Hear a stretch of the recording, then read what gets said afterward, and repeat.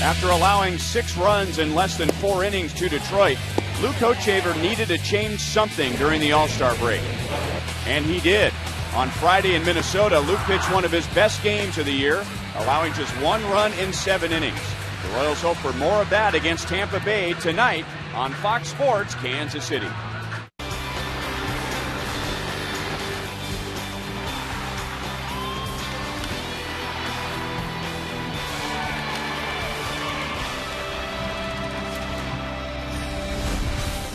Part of the Rays logo includes a star, and they bring star power with them. Evan Longoria, Johnny Damon, as the Rays are in town for a 3-game weekend series with the Royals. Hi, everyone. Welcome back to Kauffman Stadium. I'm Ryan Lefebvre with Royals Hall of Famer Frank White. And it was most strange to see Johnny Damon in an Oakland A's uniform. That was his first other than a Royals uniform. But now, Frank, over the years, we've grown used to seeing him in different colors. Well, you're right about that, Ryan. And you go back to Johnny Damon. He started in the Royals organization. He got developed really well here and became a great player here. And that's what made him so valuable over the years to other teams. And now he's with the Rays, and he's a guy that really has gone to all-star status and possibly looking at future Hall of Famer. He's won world championships with the Boston Red Sox, with the New York Yankees, and now in his 17th Major League season. Pretty impressive numbers. .287 batting average, but he is in very rare company when you add up all of the home runs he's hit, all of the triples, the doubles, the stolen bases, and RBIs. He's about as complete as they come. And you're right, Ryan. And when you look at those numbers, it just tells you he's just a multifaceted player. And when you look at his swing, when you saw him earlier, you wouldn't think he'd be able to hit 224 home runs. But he's been able to get a lot of things accomplished. He'll be facing Luke Hochevar, who made a big and successful adjustment against the Minnesota Twins. The biggest adjustment, Ryan, he just got more aggressive on both sides of the plate, and it really paid off in his last start. And when you look at what the Royals' rotation has done in the last 6 games, that's impressive. An ERA just a shade over 3, a 3-to-1 strikeout to walk percentage, and the opponents are hitting just .211. And when you talk about good young pitchers, you can start with the Tampa Bay Rays. Their whole rotation is under 30 years of age. They are all homegrown.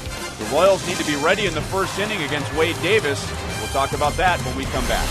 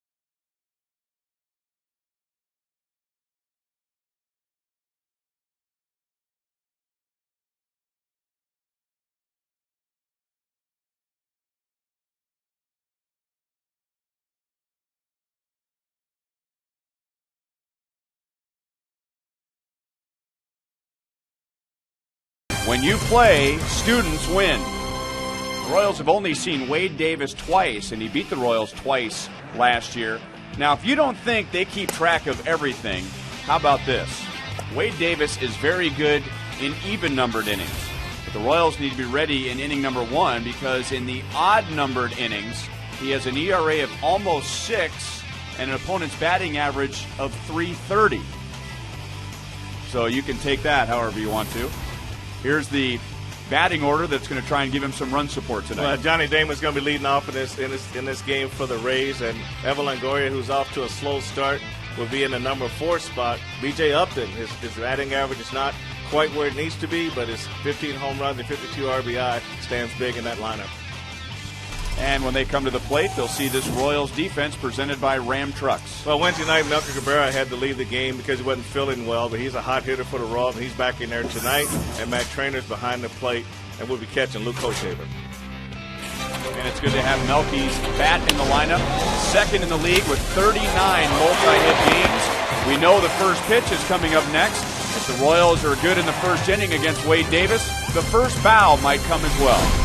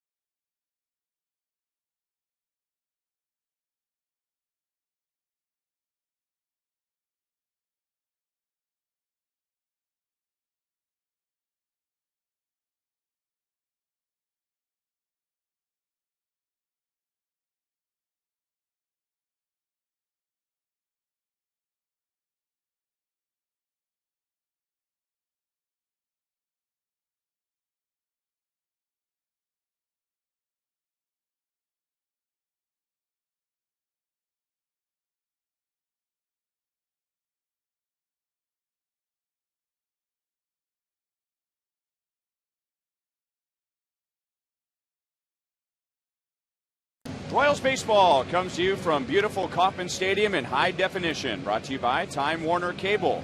Get no-fee HD with digital TV from Time Warner Cable. Tonight's broadcast is on AFN, the American Forces Network, broadcasting to the U.S. Armed Forces, serving in 175 countries and aboard ships at sea.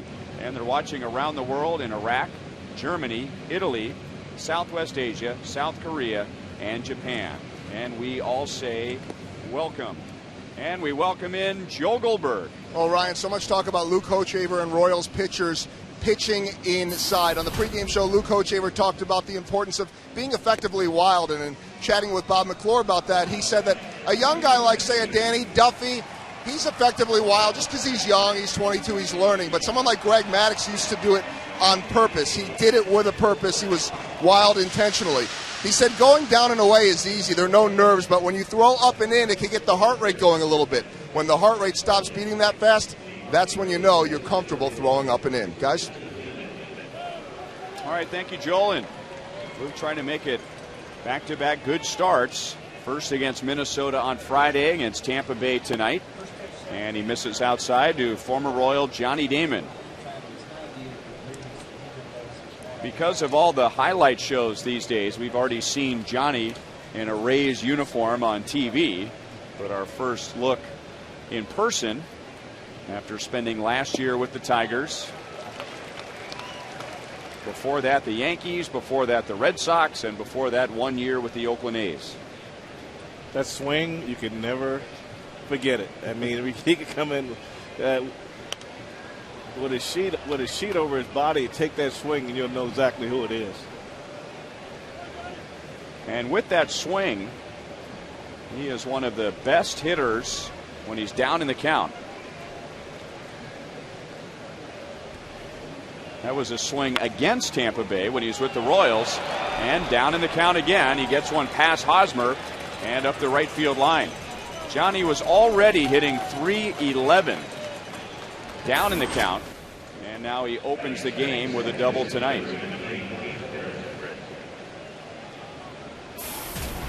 So Luke Hochevar in the Kia report, making his 21st start. One of the big positives for Luke this year has been his health. He has not visited the disabled list. He's giving the Royals about 6 1/3 innings per start. So becoming dependable in that department. And he was very good Friday at Minnesota. One of his best starts of the year. 1 earned run in 7 innings. And that was after an ERA of 12.38 in his previous 2 starts. It's about making a mind commitment, a commitment to change, and a commitment to want to go inside. Lined and over Jeff Francoeur, who had to run from the shadows into the sunlight. So into second with a double is Zobrist. And 2 batters into it, and Tampa Bay has a 1-0 lead.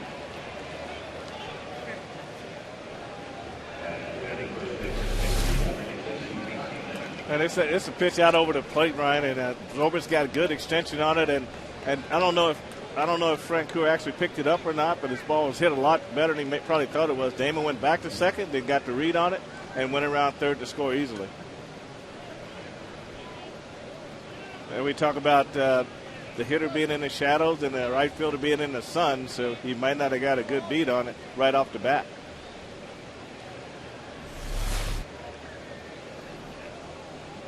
.29 doubles for Ben Zobrist, and now that ties him for the league lead. And that'll bring up Casey Kochman. Kochman is second in the American League, hitting .333.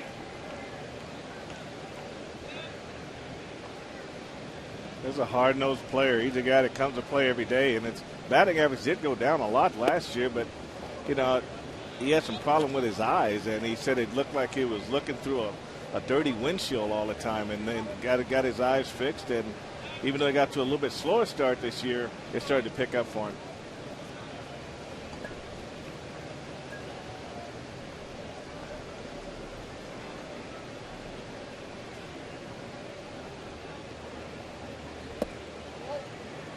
And now 3 balls and no strikes. Kochman, a former first-round pick of the Angels, and his dad is a longtime minor league manager and scout for the Angels.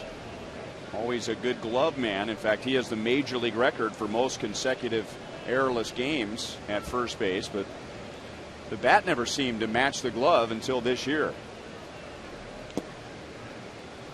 And now a walk. So 2 doubles and a walk to greet Hochevar in the first inning.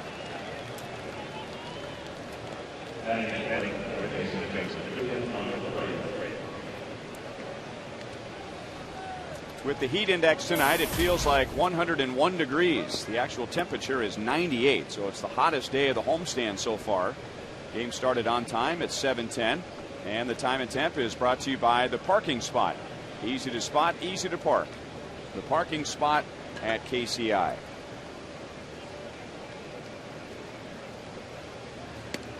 And now this pitch gets away from Trainer, and the runners move up.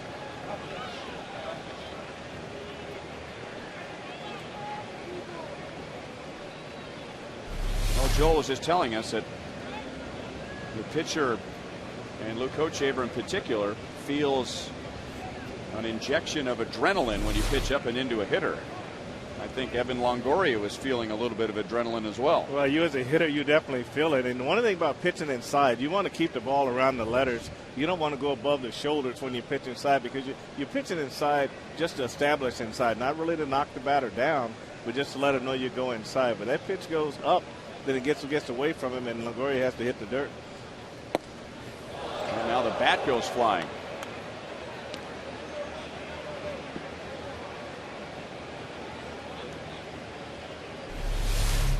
Now, the one thing about pitching is that one pitch sets up the next pitch. The first pitch is up and in and knocks Longoria down. The next pitch is a slider away. He's probably feeling aggressive on that swing, and he couldn't hold on to the bat.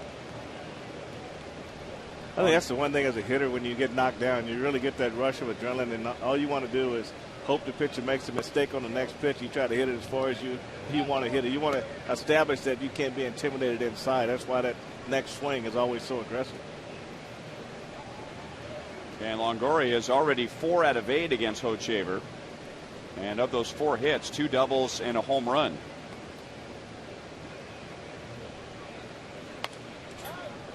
Two balls, 2 strikes. That's the way right there that the league is pitching Evan Longoria. He has been bothered by a sore foot, which kind of comes and goes. He has an irritated nerve. And he's also been on the disabled list with an oblique injury. So trying to pitch him away. And so far, he hasn't been able to drive the pitch away, just kind of flick at it like he did with the last pitch. Back inside, 3-2. That was a real good pitch by Luke right there. It's just that inside window where the batter has to move just a little bit, but he can't swing at it. And that's the pitch he wants to establish right there. But going back to what you said about the oblique, the more you get them to reach, the more they don't want to reach, because that's how you aggravate it if it's not completely healed. Another walk. So 2 doubles and 2 walks, a run home, and now the base is loaded and nobody out.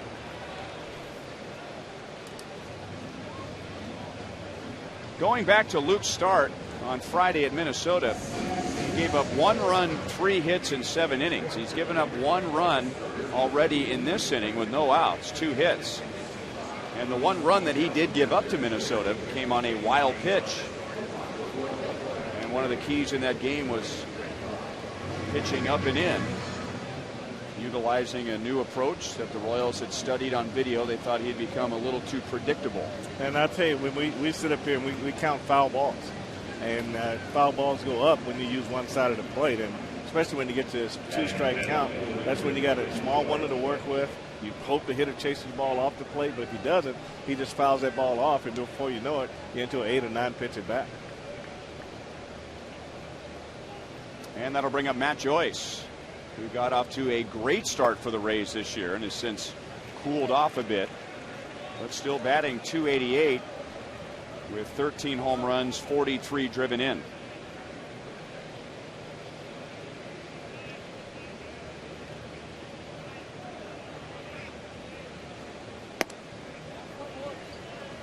One and one. No appeal down to third base umpire Marvin Hudson.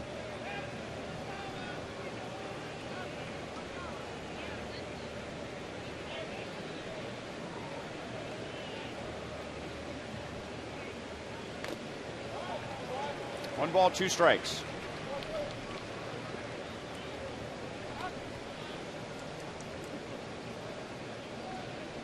This was supposed to be a transition year for the Tampa Bay Rays. They had a number of big name players move on, either by way of trade or free agency, like Carl Crawford, Carlos Pena, Jason Bartlett, Rafael Soriano, Matt Garza. But Joe Maddon's team is still hanging in there in the East. They're in 3rd place. 7.5 games back. 2 balls and 2 strikes. Coming off a bit of a frustrating stretch. They just played 10 games against the Yankees and the Red Sox, the 2 teams in front of them, and hoping to gain some ground, but they just went 4-6 over that stretch.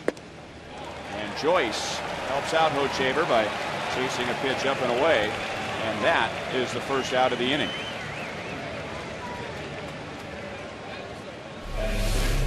It's just really just swinging at a bad pitch. Holt threw the ball up in his eyes, and he thought he could get to it. But when the ball gets up there with Holt's fastball, it's going to have a lot more hop to it that high. He missed that pitch by 5 inches. Did you see that? I saw that, yeah. I mean, when you go swinging the pitch up, you got to always try to get your bat head above the ball. And if you can't, you'd have no chance on a 94-mile-an-hour fastball. I mean, just take a look at it. I mean, he was nowhere near. That's a lot of blue. You got to ask yourself, did he really see that ball?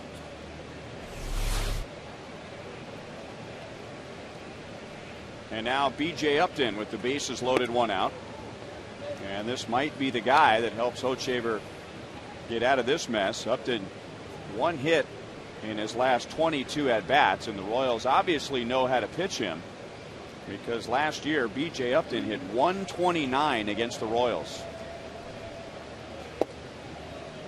2 balls and 1 strike. Hey, he's the one guy that likes the ball down and middle to in a little bit. So if Holtz goes inside, he's got to make sure he gets the ball in there enough to jam him. Otherwise, leaves out the plate down, and Upton's got a chance to hit the ball hard.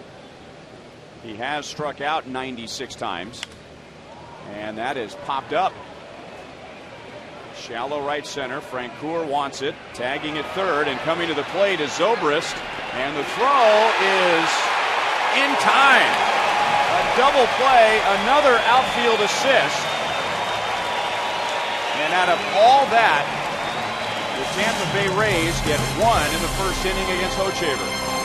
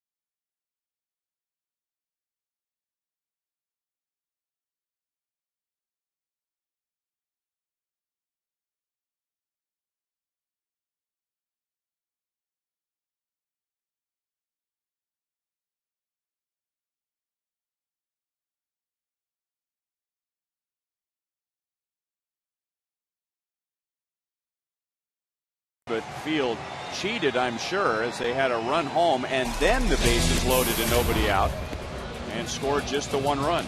Well, you're right, Ryan. Look at the Royals batting order tonight. Eric Hosmer moves into the number 4 spot, and Melvin Cabrera's back in the game at the number 2 spot. And you got Matt Trainer in catching in place of Brian Pena tonight. This will be the second time on this homestand the Royals face a pitcher just coming back from the disabled list. John Danks with the White Sox, and now Wade Davis with the Rays. He went down on July the 7th with a right forearm strain. That was after a start at Minnesota on July the 6th.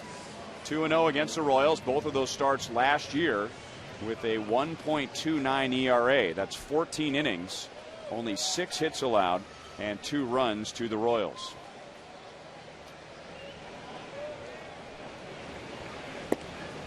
Ball 1 to Alex Gordon, who came sprinting down from third on Wednesday night. Scored the winning run in the bottom of the 11th inning. Scoring on a wild pitch, and the Royals taking 2 out of 3 from the White Sox. Alex, 3 hits, 2 runs scored, and a walk in that series. 2-1.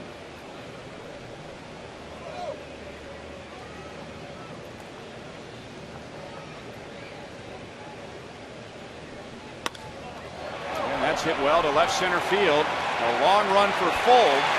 He can't make a dramatic play on that drive. It's a double for Alex to begin the bottom of the first.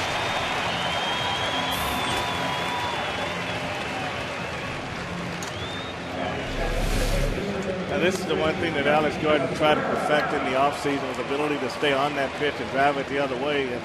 And you just take a look at his top hand and see how that top hand stays through the ball before it rolls over. And that tells you that the ball away, you took a good pass at it, and you was able to drive that ball. That's a really good swing by Alex Gordon.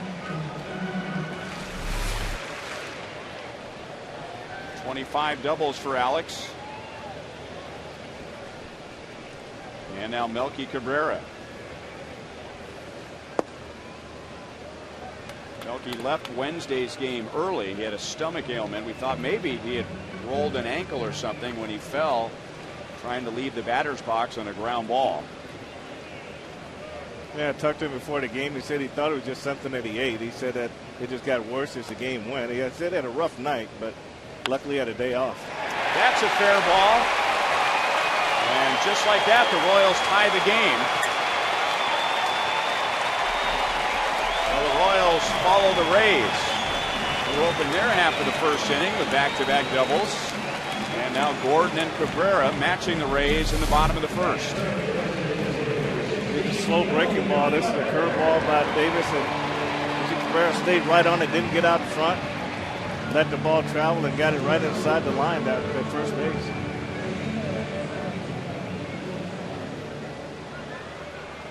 He just got it down in the corner for a double, and Gordon scores easily.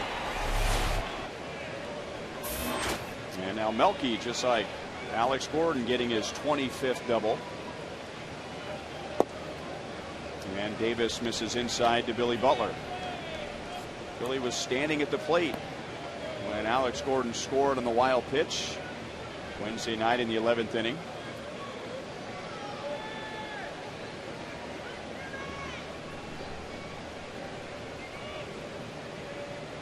Four hits, a couple of doubles, and an RBI for Billy in the Chicago series.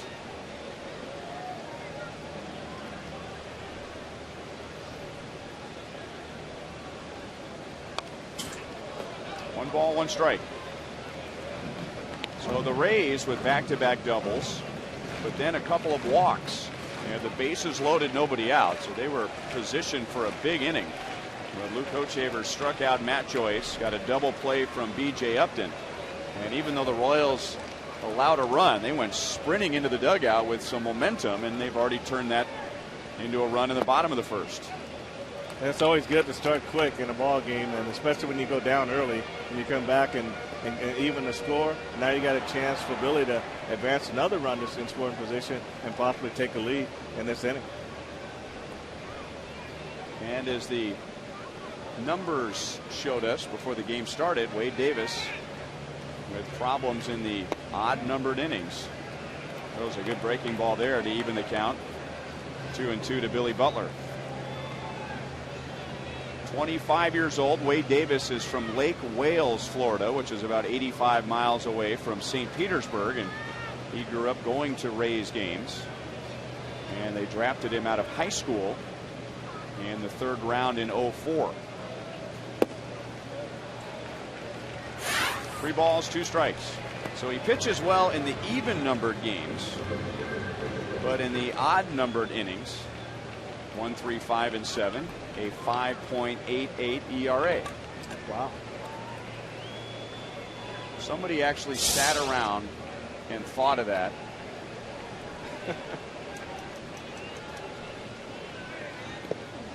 And Billy, going after a pitch in the dirt, strikes out. Chirinos throws him out, and now there's one away. And that was a pitch that Billy had difficulty laying off of in the Chicago series. Here's the defense behind Wade Davis, presented by Ram Trucks. A very good center fielder in B.J. Upton. That's the Rays are having tonight. Evan Longoria at third base. Very good defensive third base. If you want to see some good first base defense in this series, you got a chance with Casey Kochman and Eric Hosmer at first base.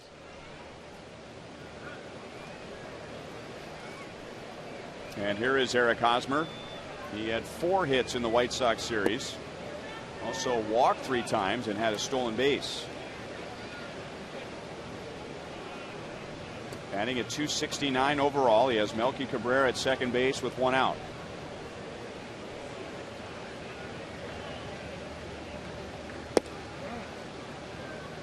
One and one.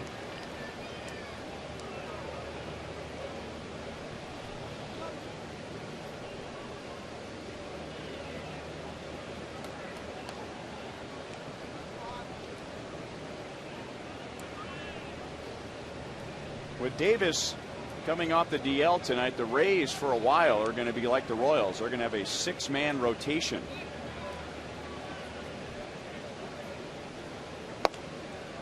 There were days, I'm sure, when it seemed odd when teams had a 5-man rotation.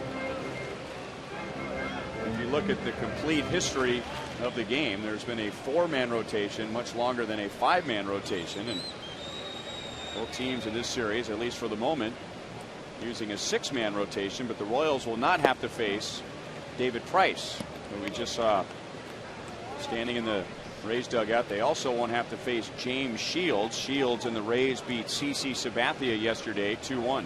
Right, Shields was real. I had a chance to watch that game. He's talking about a great changeup. I mean, he had it working last night. Hosmer just barely makes contact. 2-2.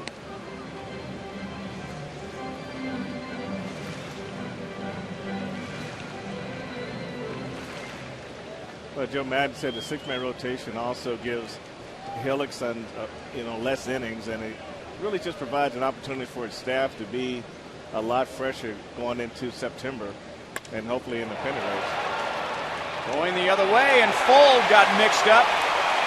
So it sails over his head and all the way to the wall. So a misread double for Eric Hosmer, and the Royals take a 2-1 lead.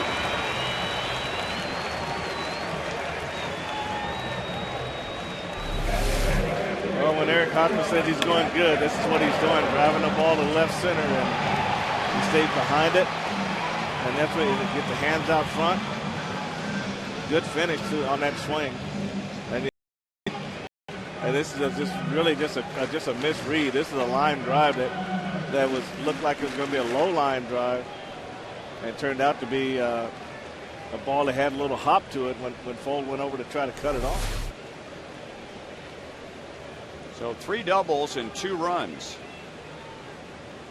And now Davis backs off as Zobrist, the second baseman, ran to the bag and was out of position.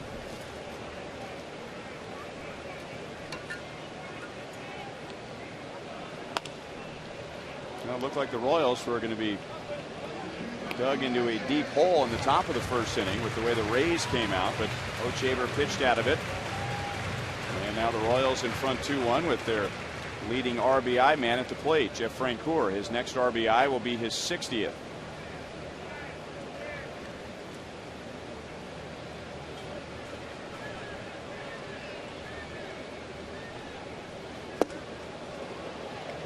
Oh, 0-2.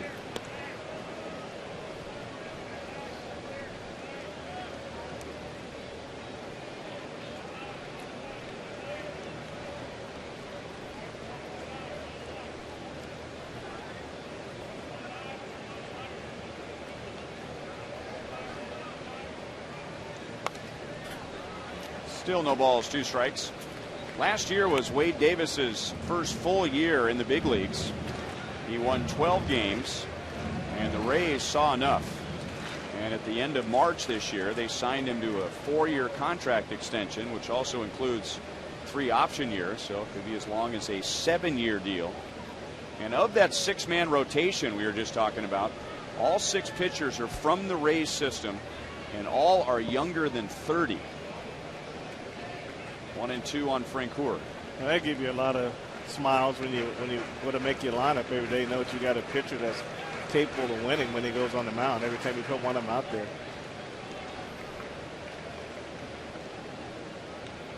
Rays have had a pretty good year on defense. They have committed the 3rd fewest errors. They really haven't done much on offense compared to other years, but their pitching has been so good. That's the reason why they're hanging in there. 2 strikeouts in the inning for Wade Davis.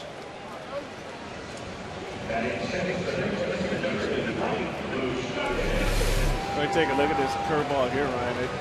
Look at the depth on it. And you can see how much over this ball Francoeur swing.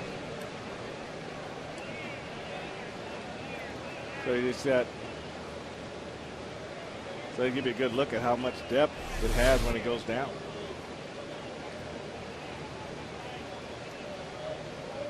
Now Mike Moustakas.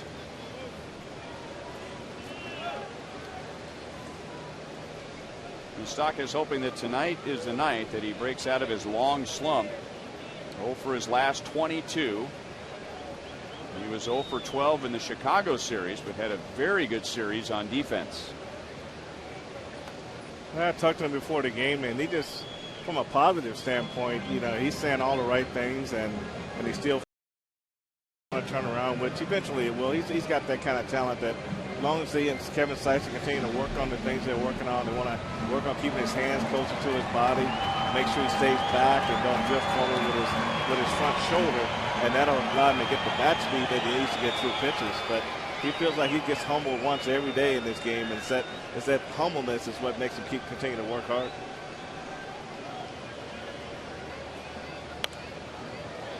One and one. So we saw this happen with Alcides Escobar this year.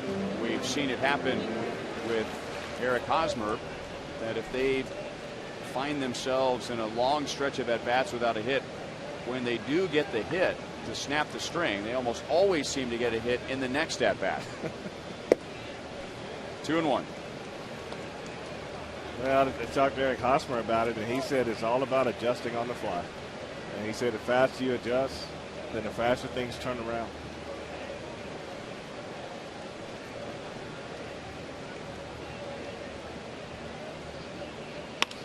And there's a base hit into center field. And to add to that, an RBI to drive in Hosmer. So the 0 for 22 is history. And the Royals have a 3-1 lead in the first inning.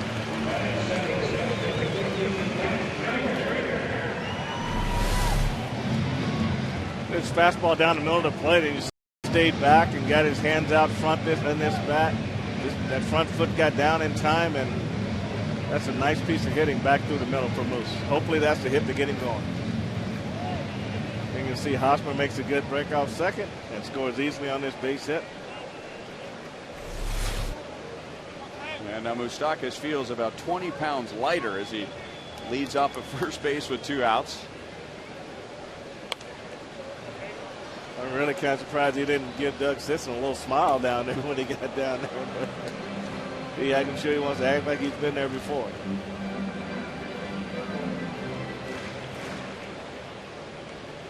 It's one of those nights after the game, if the Royals win this game, they tape the ball up and tape it over his locker. Make him feel good about it. 0-2 to Matt Trainer. He started one game in the White Sox series, and that was on Tuesday night. And he had the game-winning RBI. 2-run single in the 6th inning. Alex Gordon, Melky Cabrera, and Billy Butler all faced Wade Davis last year. But the next 5 of the next 6 hitters are facing him for the first time tonight. Matt Trainer, one of them.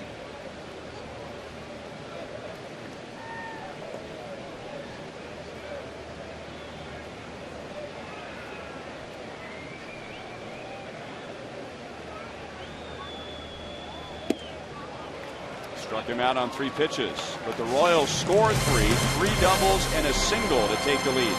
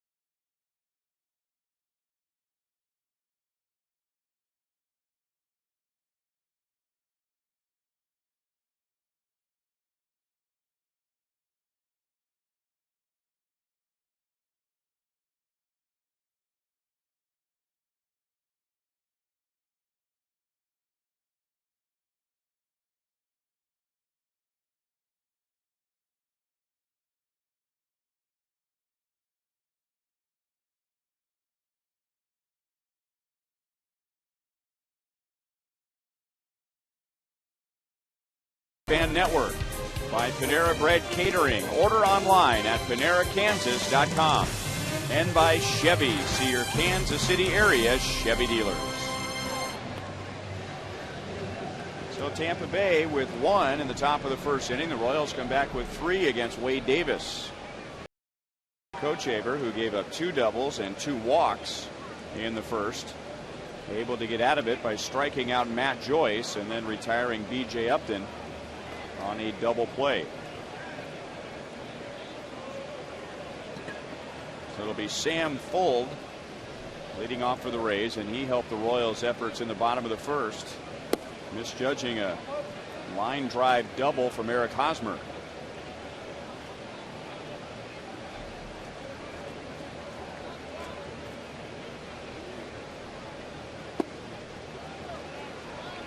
One and one. Sam Fuld was quite the sensation in the first couple of months of the season, showing up on all the highlight shows, making diving plays all over the place in the outfield. His big opportunity came when Manny Ramirez retired, because then Sam Fuld went from a part-time player to an everyday player. On the ground to Escobar, white shoes and all, and throws out Fuld.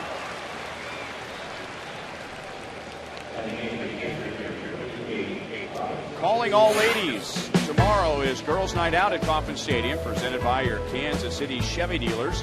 The event will feature free massages, mini makeovers, dueling pianos from Howl at the Moon, and the first 10,000 ladies receive this special powder blue KC cap presented by your KC Chevy dealers. Proceeds benefit the American Heart Association.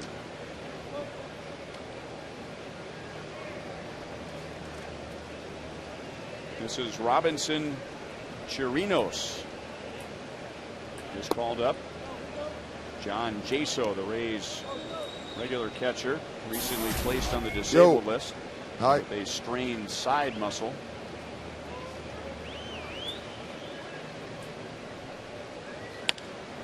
Back to Hochaver.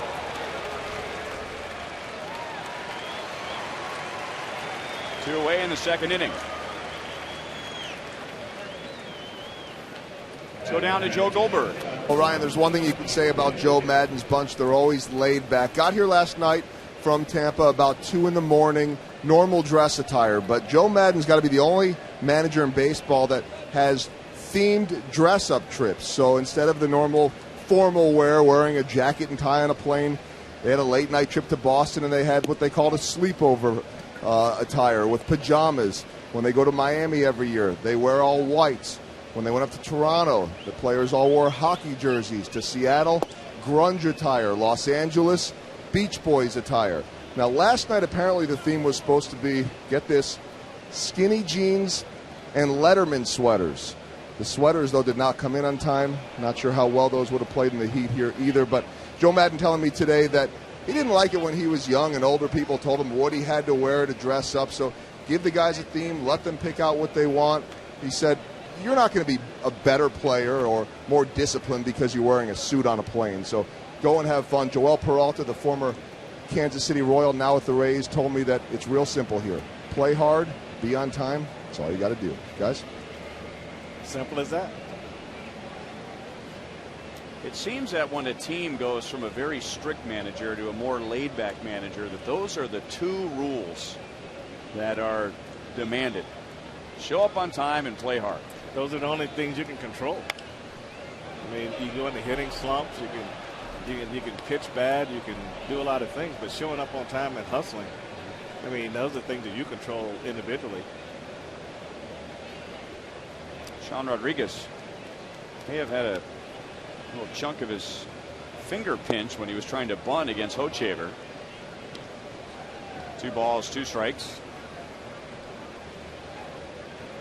One of the Rays players from last year that was moved was Jason Bartlett, who's now with the Padres. So Rodriguez playing at shortstop, batting at just .218.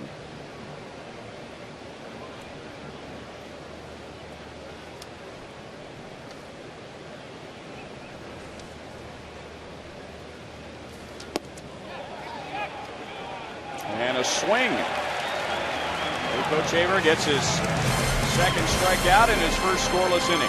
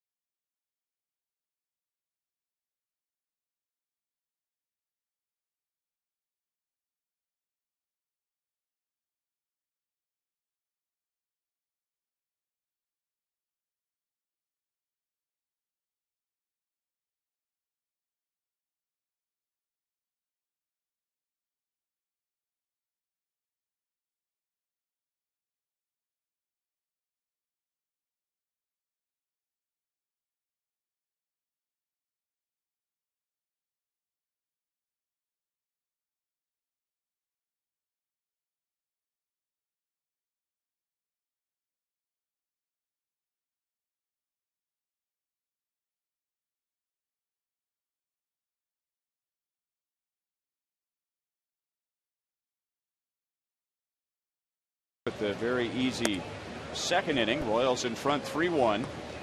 It'll be Chris Getz, Alcides Escobar, and Alex Gordon against Wade Davis in the second. 1 ball, 1 strike. Getz 4 out of 10 in the White Sox series with a sac bunt. You can see him peeking over his shoulder to see what was going on the right side, just in case he wanted to drag a bunt.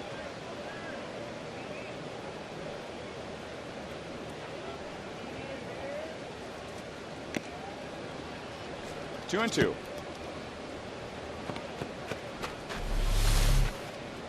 And guys that like to bunt, that's what they want to do. They want to check out the first baseman's depth. They want to check out the second baseman's depth. And they'll tell them whether they need to bunt to third or a drag bunt to second base. Full count. And Getz almost always drags to first. Probably feels more comfortable doing it that way. Gets out of the box a lot faster also. But what he's trying to do is get it in a zone where you can get the first baseman to commit to the ball. And then it's just a foot race between him and the pitcher.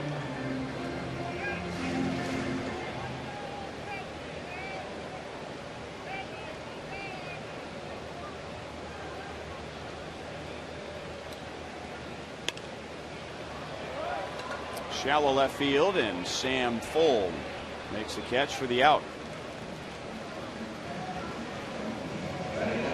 We're broadcasting tonight on AFN, the American Forces Network, broadcasting to armed forces serving in 175 countries and aboard ships at sea. And a special hello to Alan Harlan, who is stationed in Afghanistan with the Navy. His father, Richard Harlan, is our technical director. So we all say hello to Alan. And a special hello from his father, Richard the Rocket Harlan. It's all right.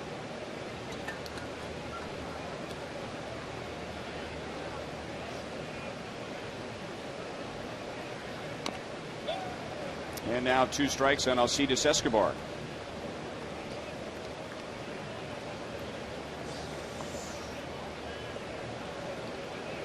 Escobar, 2 out of 11 in the Chicago series, but still batting well over 300 in his last 37 games. Would those be considered blue shoes? No. Well, I guess they are. Patent leather. When you look at them up close, but from a distance, they sure look like they're a lot more white than they do blue. sends that into center field for a one-out single.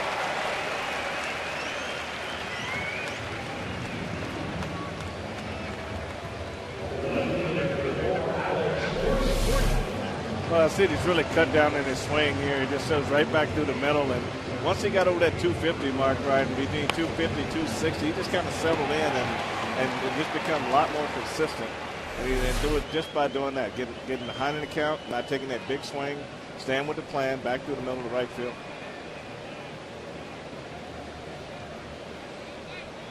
Alex Gordon doubled leading off the bottom of the first. Beamer on the score on Melky Cabrera's double.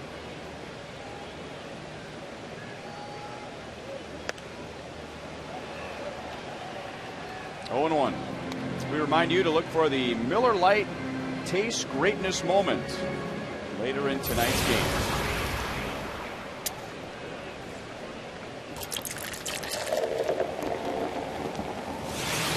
Alex turned in the last Taste Greatness moment on Wednesday, scoring on the wild pitch, the walk-off wild pitch to beat the White Sox. Ground ball right to Zobrist. Rodriguez over to Kochman for a double play, and the Royals send 3 to the plate in the second inning.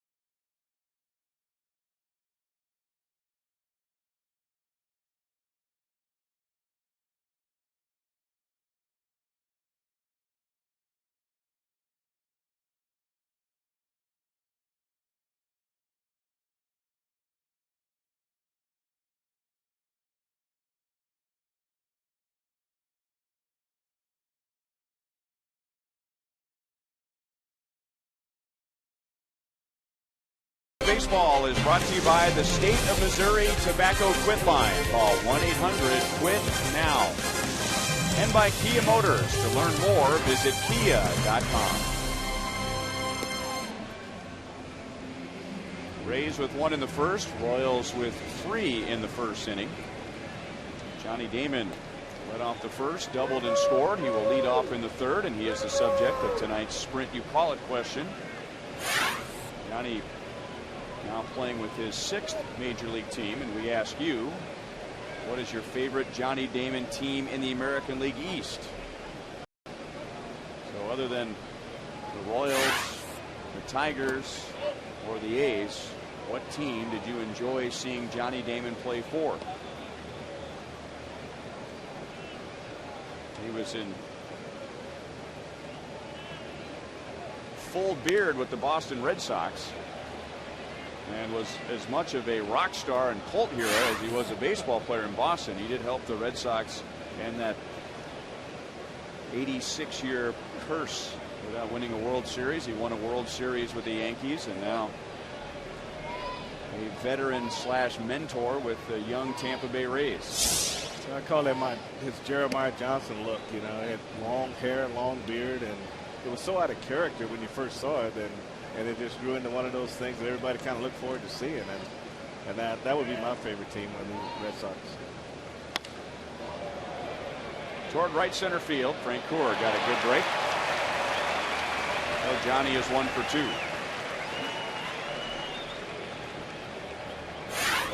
We'll have another winner for our Sprint You Call It sweepstakes coming up on Sunday. Enter for your chance to win a suite for you and 11 guests. You'll get a bounce back text message from Sprint if you participate tonight. And that text message will give you everything you need to know to register. Ben Zobrist followed Johnny Damon's double in the first inning with a double. Then 2 walks, so a run home. The bases loaded, nobody out, and the Rays wouldn't score again.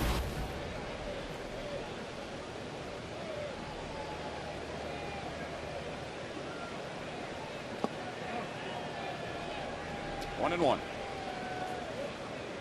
I talked to Ben Zobrist before the game, Ryan, and he wasn't real happy with last season and wanted to get off to a good start this season. And he went all the way back to his film in 2006 when he was in Corpus Christi in AA. They look at those film, they get himself straightened out going back to this, so he get up to a great start this year. Shouldn't have to go that far back. I mean, a couple of years ago, he was an American League All-Star. I know. If he didn't hit that pitch, it may have landed in the upper deck. Grounds out to Chris Getz, and 2 down in the 3rd inning. Mentioned we're on the American Forces Network tonight. Coming up on August 6th, it's This One's for You, as we're going to link up with 170 Royals fans and the 548th Transportation Company, deployed by the Missouri National Guard to Afghanistan. So a special broadcast coming up on August 6th.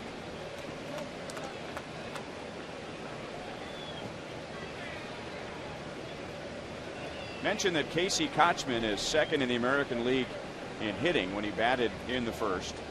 He is a career .259 hitter, but last year he hit .217.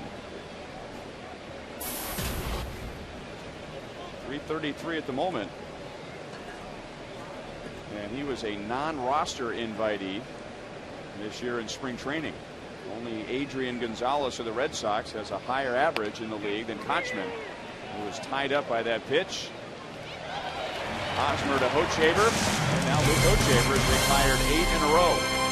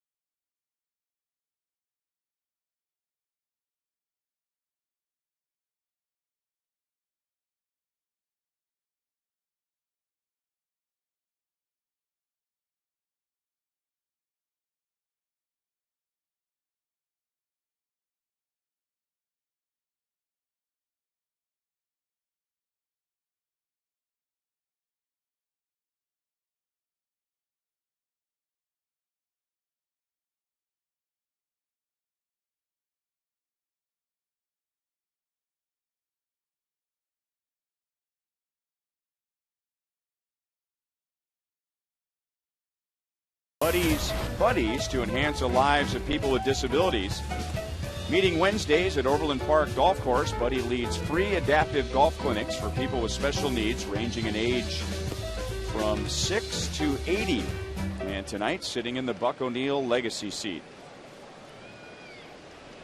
Enjoying a 3-1 Royals lead with Melky Cabrera, who doubled in a run in the first inning. Then Billy Butler and Eric Hosmer coming up. Right center field. Long run for B.J. Upton, and at the warning track makes the play and then jumps into the screen.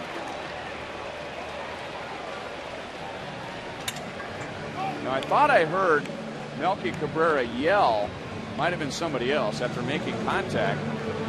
So thinking that he didn't feel like he got all of that, and apparently he didn't, but he almost got all of it. Well, it came close enough with B.J. Upton running things down in center field. He does a great job of finding the wall and making a nice play, but the ball just hung up too high, and maybe that's why Cabrera yelled, because he didn't hit it as solid as he wanted to. But the ball is going to carry in this warm weather.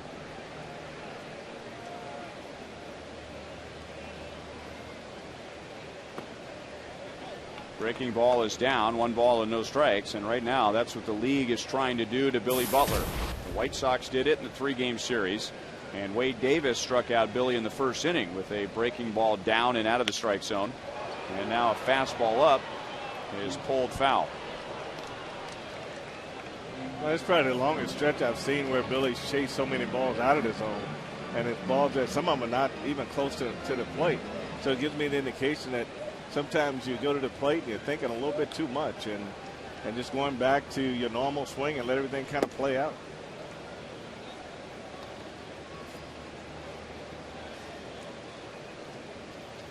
Billy hasn't seen a lot of Wade Davis, but he is 0 for 7 with 4 strikeouts. And that ball's hit very hard to center field.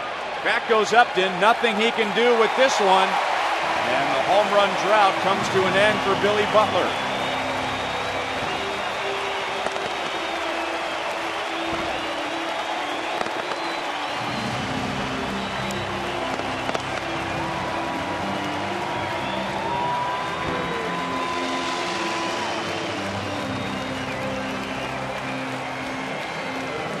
Billy's first ever hit against Wade Davis is a home run, and it's his first home run since June 10th.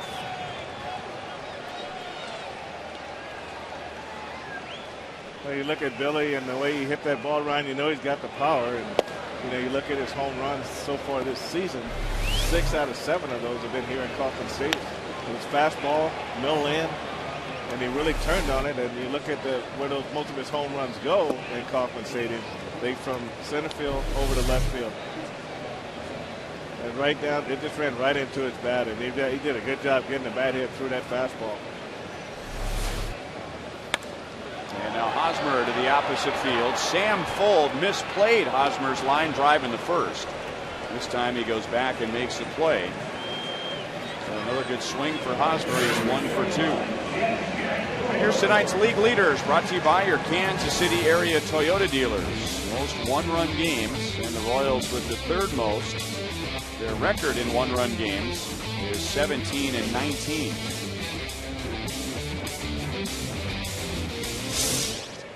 Now to a 3-run lead tonight after falling behind 1-0 after the Rays sent only 2 batters to the plate in the first inning.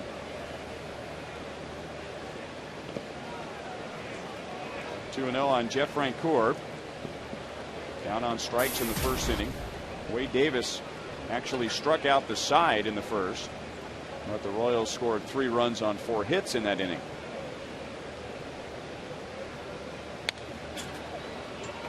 Two and 1.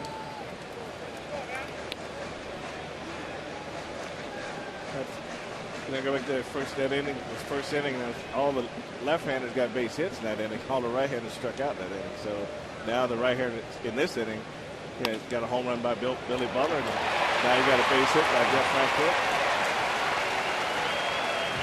Well, Wade Davis has all kinds of strange trends. Here we are, another odd-numbered inning. 3 in the first, 1 in the third. He only faced 3 in the second. Wade Davis really is running the ball right back into these right-handers, and you got Jeff Francoeur and breaking the ball down and away the last time, but this fastball just ran down and it's like a golf shot to Francoeur.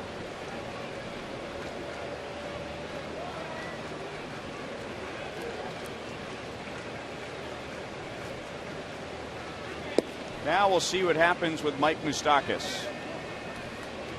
Standing at the plate with the weight of the world off of his shoulders. Singled in a run in the first inning. That put an end to an 0 for 22.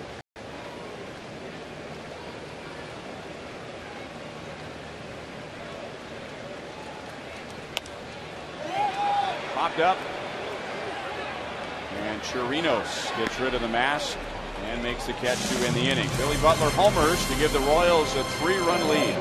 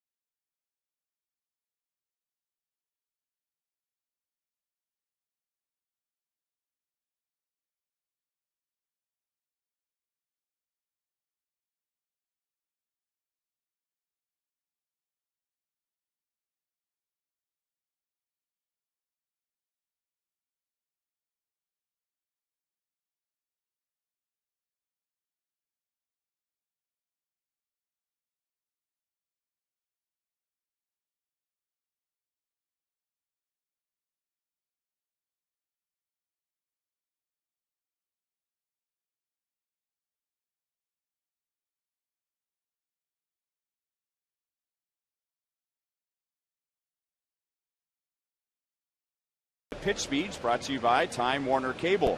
Up to 50 megabits per second of pure online power.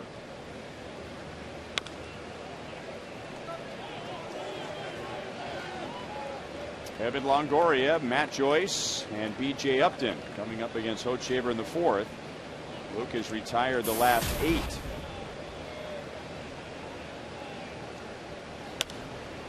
And pops up Longoria. 4 Royals coming together, and it's Escobar making the call at the last moment. So 9 in a row knocked down by Hochevar, 1 down in the 4th inning. Well, you can look at all the guys who wanted this baseball. Everybody but Hoach said, I'm getting out of the way, but this is where the pitcher really kind of decides who catches the ball here.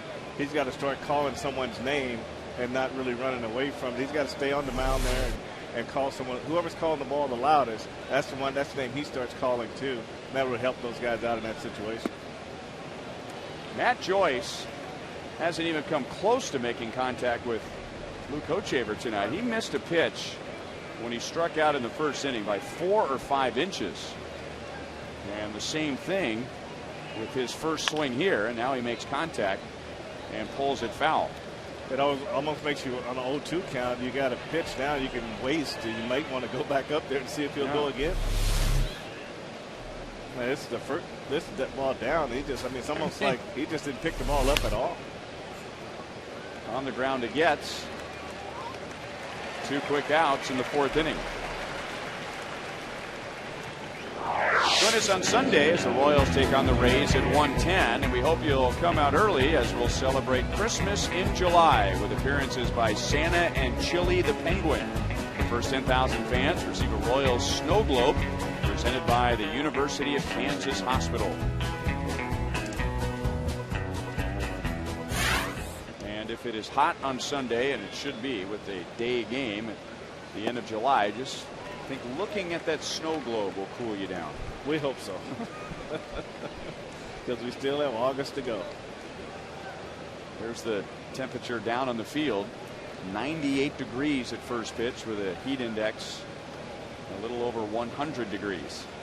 Right. You remember on those hot days, day games, they used to bring the thermometer out and just stick it in the ground and everybody can see how hot it is. I used to say, why do that? Yeah, you don't want guys to know how hot it is out there.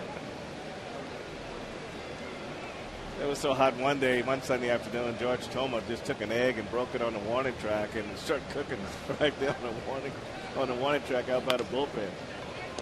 Upton grounds it over to Moustakas, and that's an 8-pitch scoreless 4th inning for Hochevar.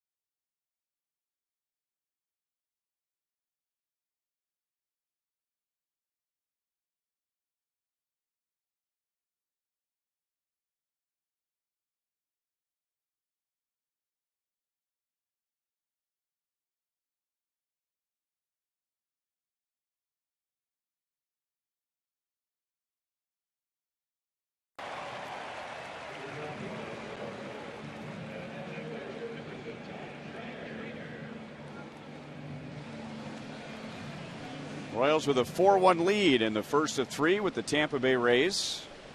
Tonight is a carsoup.com email the booth night. Go to carsoup.com/Royals. Once you're there, CarSoup will ask you for your zip code. Go ahead and fill that in. You'll be sent to a different page where you can submit your question. Joel Goldberg will be collecting your questions, editing your questions, censoring your questions on the other end. And will be joining us later tonight to discuss some of your questions.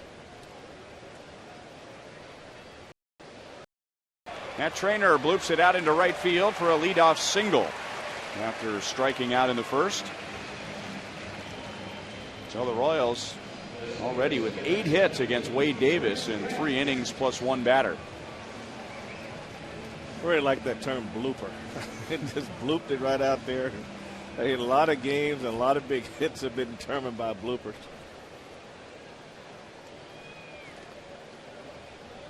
Chris Getz flying to left field in the second inning.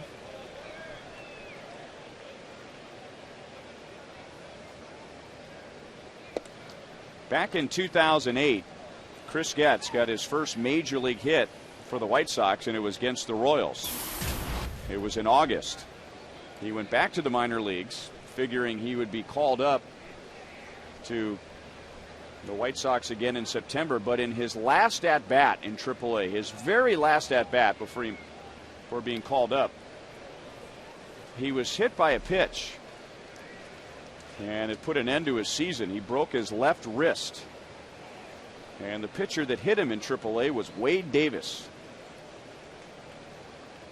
So that was 1 month in the big leagues that was wiped away. One more at bat. He had to survive one more plate appearance, and he's going back to the big leagues.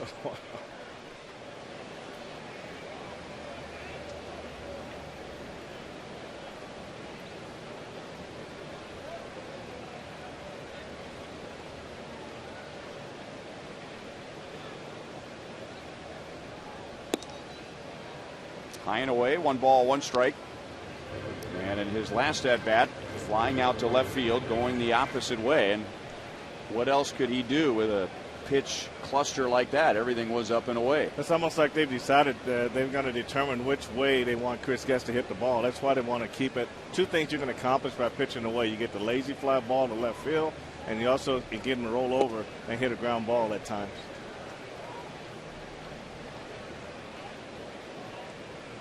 That's one of those good opportunities for the Royals with Matt Trainer on if you want to put on a hit and run, he makes contact, you know, keep some pressure on the Rays. This would be a good combination to do it with. Trainer not running and lines it to right field, right at Matt Joyce. One away in the fourth inning.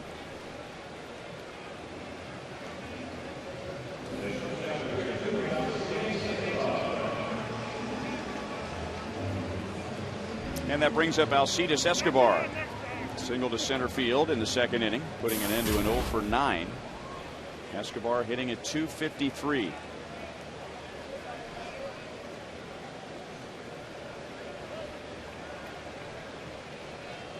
Let's say back-to-back good situations to do something offensively on the field.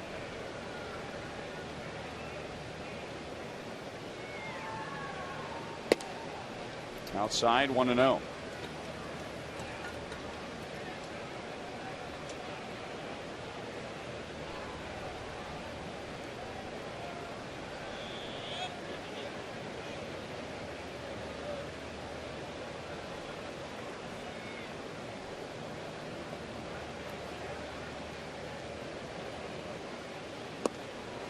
One ball, one strike. If Trainer runs, and if he's able to steal second base, he will be in the 3-3 club.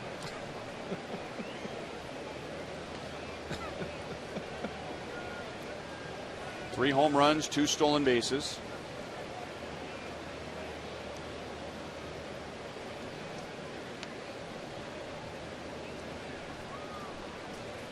Not running, and Escobar fouls it away.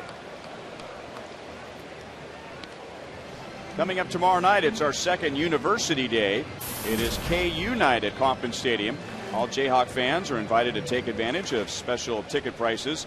And before the game, 14 senior football players will be signing autographs from 4:30 until 5. Go to Royals.com/KU for more information.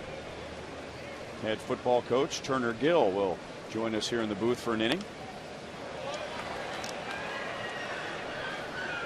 Still 1 ball, 2 strikes.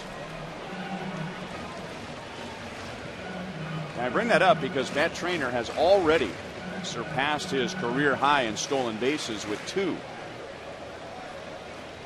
His career high in home runs is 5, and he did that last year with the Rangers in 82 games. Off the end of the bat and caught by Rodriguez, 2 down.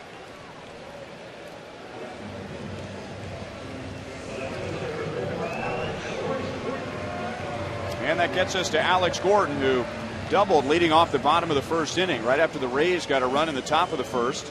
And that was the beginning of a 3-run inning against Wade Davis. 3 runs, 3 doubles in that inning. Gordon, Cabrera, and Hosmer with the doubles.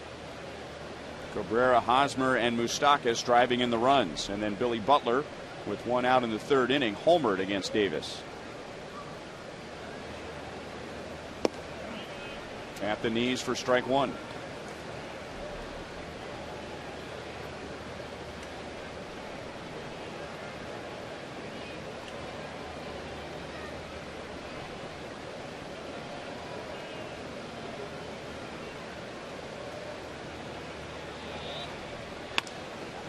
Over Davis, over second base, and into center field. Matt Trainer going on contact with 2 outs. He'll go first to third.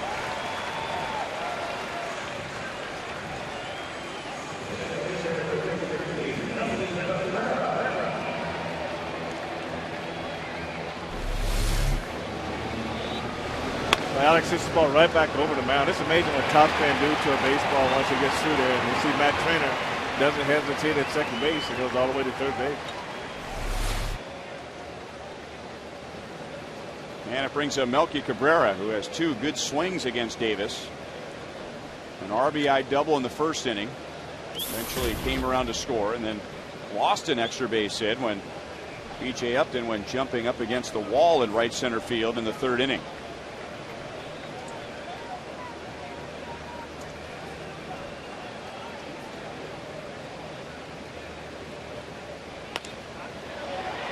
shallow left field. Up comes Sam Fuld, and that's the inning. The Royals strand 2 in the 4th. They lead by 3.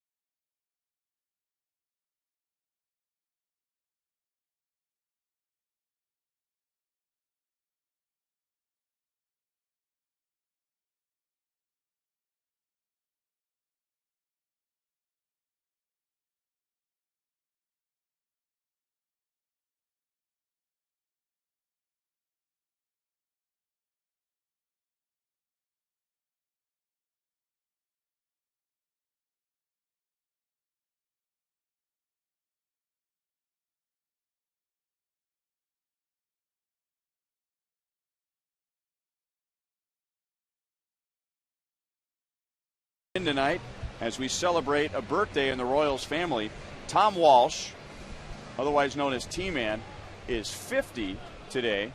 This is his 26th year in the Royals organization, so that goes back to when you were playing. Well, he helped me tremendously when he was in the clubhouse. So I asked him why did he come in the clubhouse, Ryan. He says, once I came here, I really liked the atmosphere, and I just stayed here.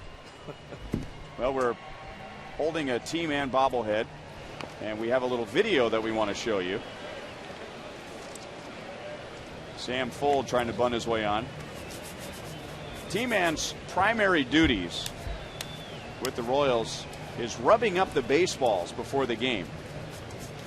Some people know, many don't, that when the baseball arrives and they're taken out of the boxes, they need to be rubbed up with mud or with a little bit of spit and mud. And this is T-Man going through his routine as he does every day, getting the balls game ready. The balls are less slick after they are rubbed up. And we talk so often about the ball, a rubbed up baseball blending in with a gray sky. The ball really isn't white when it gets to the field. It's more brown than anything else, or at least tan.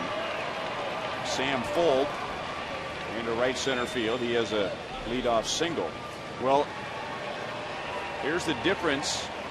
On the left side of your screen is a brand new baseball, and on the right side is a rubbed up baseball. So the ball on the right side, that's the ball that is used during the games. And of the 26 years that Tom Walsh has been with the Royals, the last 20, this has been his primary responsibility. And Jeff Davenport was telling me that T-Man rubs up about 10,000 balls every year. And he's been doing it for 20 years. That would be 200,000 baseballs that he has rubbed up to get him ready for a game at Kauffman Stadium. So the least we can do is wish T-Man a happy 50th birthday. Happy birthday, T-Man. See, he doesn't even hear us. I mean, he's locked in, got the routine going. 200,000 of those. Yeah, just to make sure that new baseball sells a lot, moves a lot, and takes a little bit of the shine off of it. Now that's what, isn't it Delaware River mud? Isn't that where that mud comes from, the Delaware River? I think they've gone back and forth. They've actually used Mississippi mud at one point.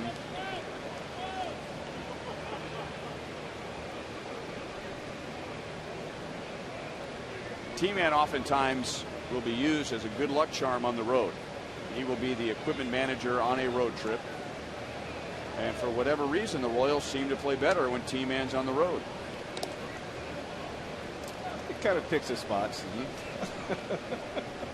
He is on the next trip, by the way, when the Royals will be playing 2 first-place teams. All right.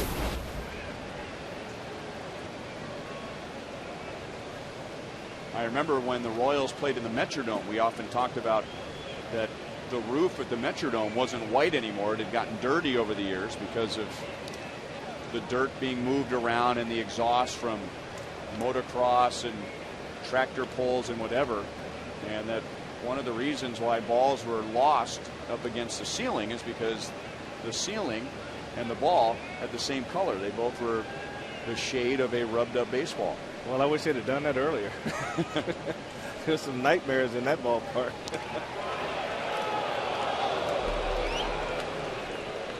Sam Folds, base hit, by the way, broke a string of 11 in a row. Hochevar.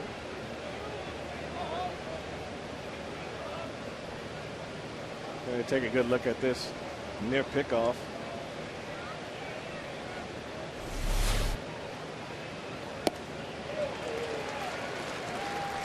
Well, that's a real good shot, and when you're a base runner, they always want you to go to that backside of the base and want to make that tag a little bit longer. So Fold did a good job going back to the outfield side of first base.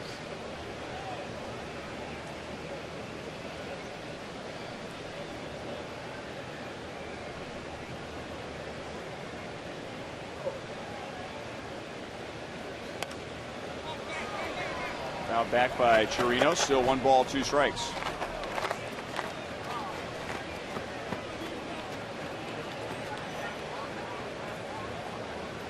Two batters into the game, Tampa Bay took a 1-0 lead. Johnny Damon and Ben Zobrist with back-to-back doubles. And then with the bases loaded, nobody out after that, Hochevar not only got out of that inning, but then retired the next 9 after that before Folds base hit to begin this 5th inning. And Hochevar is convinced that Sam Fold, with 17 stolen bases, at some point is going to take off for second base.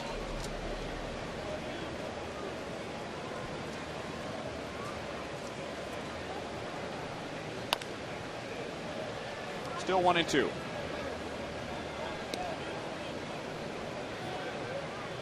Seems a bit odd saying this, but Tampa Bay is only 5th in the American League in stolen bases. Well, they usually have near the top, that's for sure. The Yankees have done a better job this year stealing bases, and you look at the Royals and what they've been able to do coming out of spring training.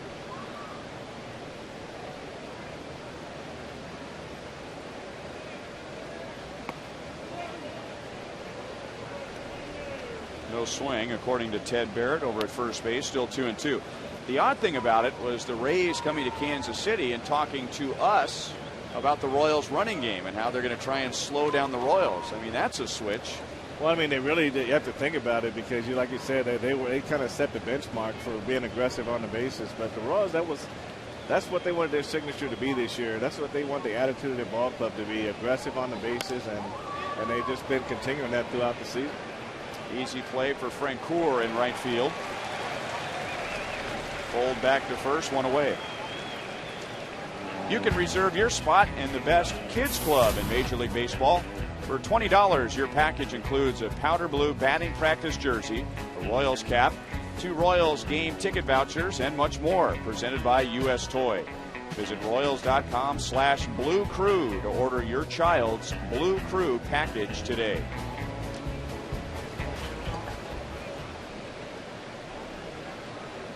There's a future Blue Crew member. Out of the way by Sean Rodriguez. He is at shortstop tonight for the Rays. Reed Brignac has been playing most of the games at shortstop for Tampa Bay now that Jason Bartlett is with the Padres. And Rodriguez is somebody that Joe Madden can plug in just about everywhere. He played in 7 positions for the Rays.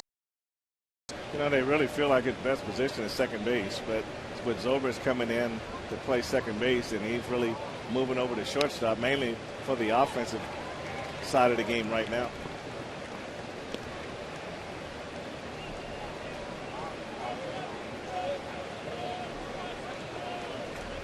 Batting at just .217 after striking out against Hochevar in the second inning. And he was stunned when, after an abbreviated swing, Tim McClellan, the home plate umpire, appealed down to first, and Ted Barrett rang him up. He was convinced he had held a swing. 1-2.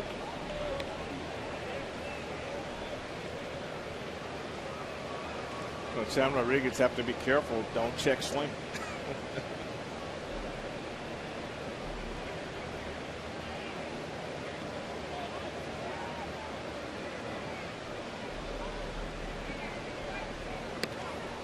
Two balls, two strikes.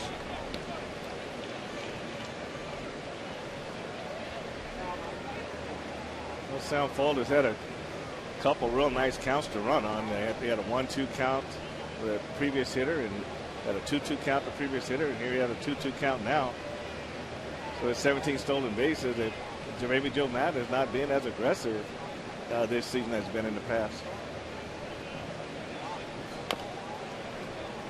I'll tell you one thing Luke is really doing. He is varying his times to the plate. He's not giving Sam Fuld one look that he can adjust to. Well, I mean, that's the best part of pitching, too. Throwing over, holding the ball, being quick one time. Don't look the next time. Just keep changing things up.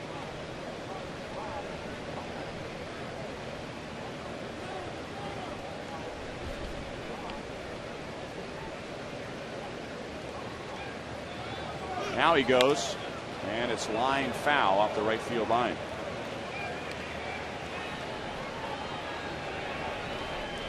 Tampa Bay Rays last year won the American League East, and they clinched that here at Kauffman Stadium, winning the final game of the regular season and putting an end to Joakim Soria's 36-game save streak, or 36 save streak. 96 wins. The only team, however, in the American League the Rays did not have a winning record against was the Royals, 4-4.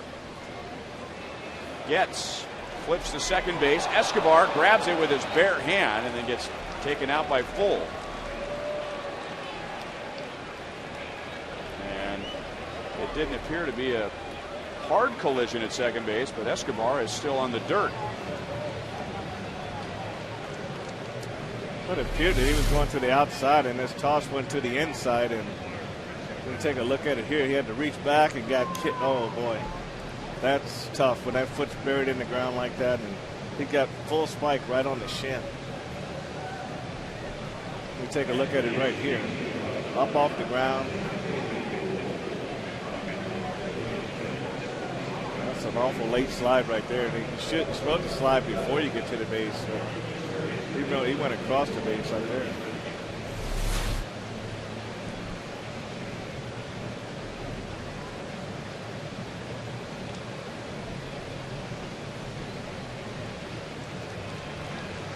So he's up.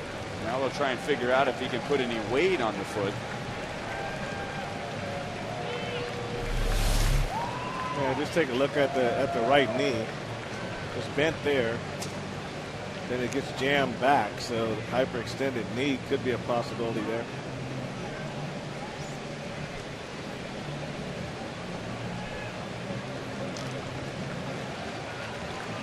And now Escobar running around in shallow center field to see if he can continue. The Royals now have a true shortstop who can come in and play if Escobar has to come out. He's going to stay in tonight. Escobar has not had a game off all season for a long time after Mike Aviles was sent down to the minor leagues. Wilson Betemit was the backup at short and second, and he really is neither. He's more of a third baseman or a first baseman, but now that Aviles is here, the Royals are a little more confident. Somebody backing up at short or second. So it's Rodriguez at first base for Johnny Damon. Outside with a breaking ball.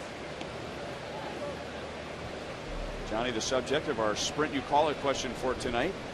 The Rays being the sixth team he has played for. We asked you which American League East team did you prefer to see Johnny Damon playing for?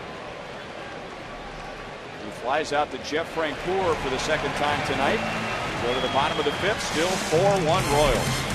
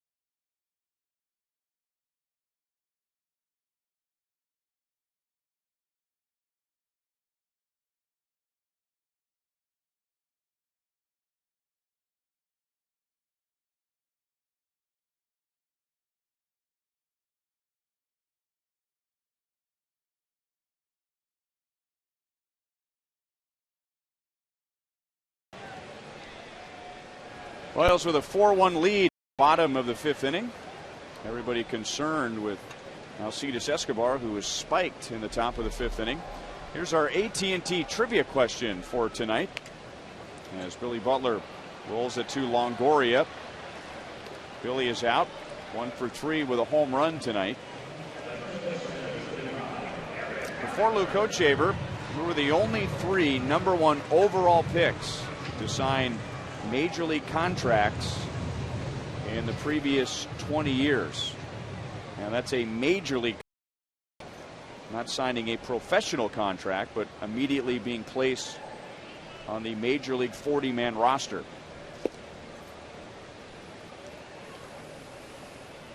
Eric Hosmer has an RBI double, a run scored, and he is lined out to left field. So twice he's gone the other way against Davis. And Davis continues to pitch him away, 1-1.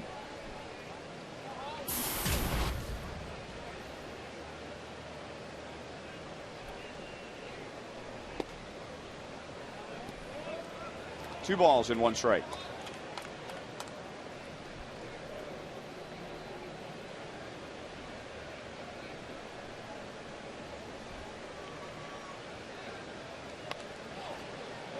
Two balls, 2 strikes.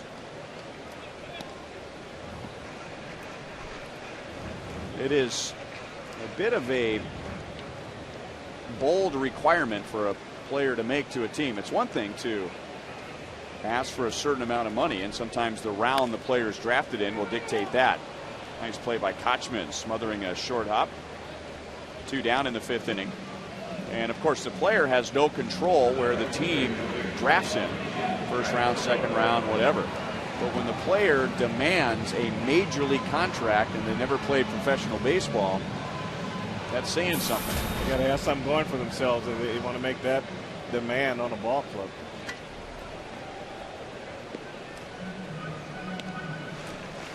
Jeff Francoeur singled in the third inning, struck out in the first. But on defense, he has turned in the Chevrolet play of the game. Well, the outfield continues to play well, and Francoeur does a good job getting behind this ball, make a nice one-hop throw to Trainer, who makes a nice tag at the plate. 34th outfield assist for the Royals this year. That's 14 more than last year, and that's the 19th time the Royals have thrown out a runner at the plate.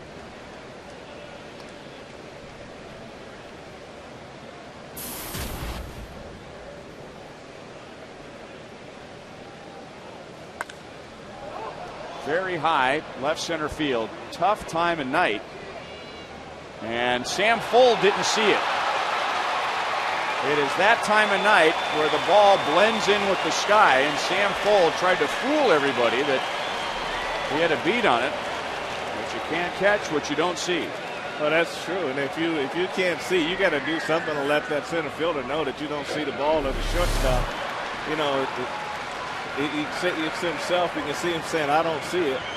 But you got to let somebody else know. Upton probably had a chance to get over there and try to help him out, but I don't think he saw it either. I was going to say, even if he tells Upton, "I don't see it," Upton had his hands out at his sides, suggesting he didn't see it. This is back in the first inning when Sam Fuld misread a line drive off of Eric Hosmer's bat that resulted in an RBI double.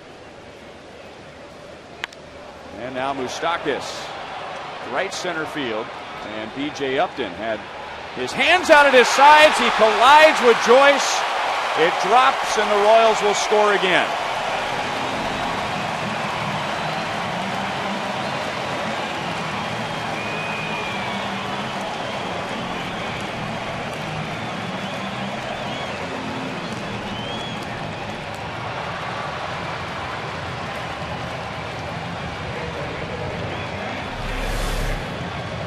See right there, he's either calling it or saying he can't see it. We don't know right now, but he's got a beat on it here. And you see him calling it, and Joyce got his glove right inside of his glove, and the ball fell to the ground.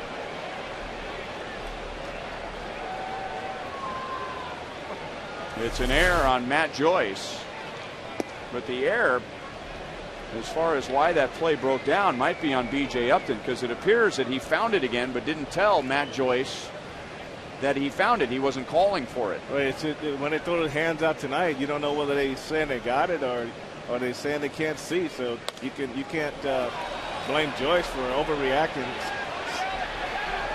Joe Madden holds his breath as Chirinos brings it down. The Royals get an unearned run in the fifth and now lead by 4.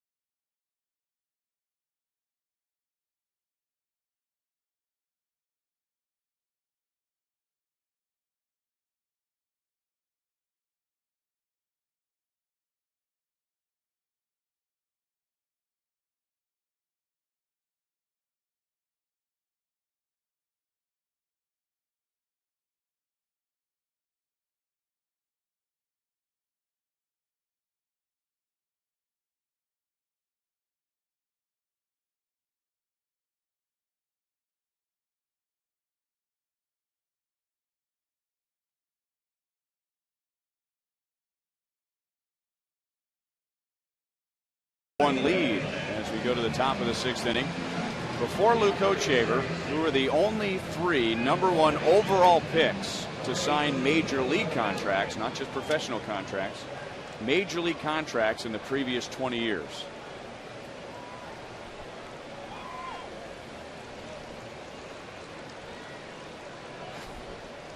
That's a tough one. No idea. Let's start with Delman Young. He's not a pitcher. Oh, it isn't? First overall picks. And typically they're college guys when they're wanting major league contracts. Let's say Pepperell.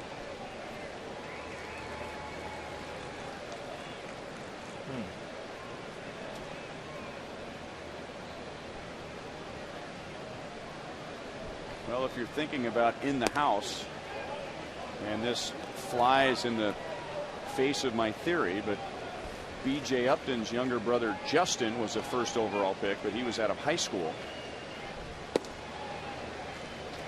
3 balls and 1 strike on Ben Zobrist. Alex Rodriguez, did he have a major league contract? He was out of high school. Ken Griffey Jr. was out of high school, but that's more than 20 years ago.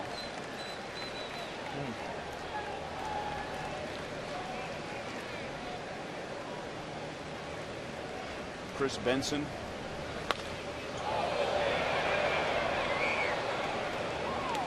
Oh, here's the answer. Hey, hey, Frank White. Well, I'm not going to tell you I'm that smart. You're not going to tell me you're not smart. Not that. Oh, that's smart. Okay. Not to remember all that. You know, we just saw Delvin Young in Minnesota, but the little birdie was helping me a little bit. Oh, really? That little birdie never talks to me. Mike Aviles is in at shortstop, so Alcides Escobar, who was spiked on a slide by Sam Fuld in the top of the 5th inning, does not return. Well, you really hope he's okay, because on that particular slide, when you get a full force of a lead foot right into your leg that's really stretched out and unprotected, you can look at ankle, you can look at hyperextended knee, bruised shin. So let's just hope it's just a bruised shin and everything's going to be okay for tomorrow.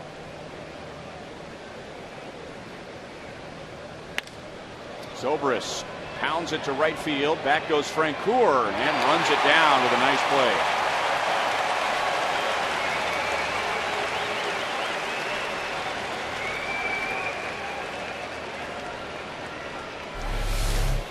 Look at Francoeur, you know, he's not the fastest guy, Ryan, but he gets such a great jump on this line drive, and he tracks the ball very well, runs good routes, and when the ball goes in his glove, most times it's going to stay right there. And you talk about your pitcher getting excited. When this inning ends, Ho should be right there on the top step waiting for him to come off.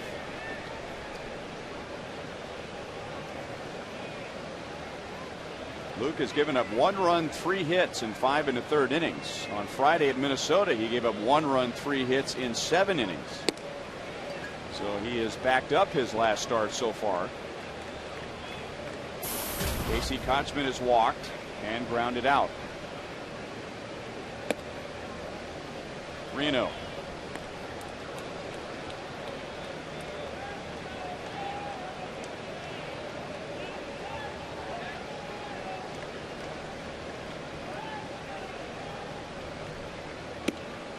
And Kotzman, for the 2nd time tonight, walks on 4 pitches. Tonight's copyrighted telecast is presented by authority of the Kansas City Royals and may not be reproduced or retransmitted in any form.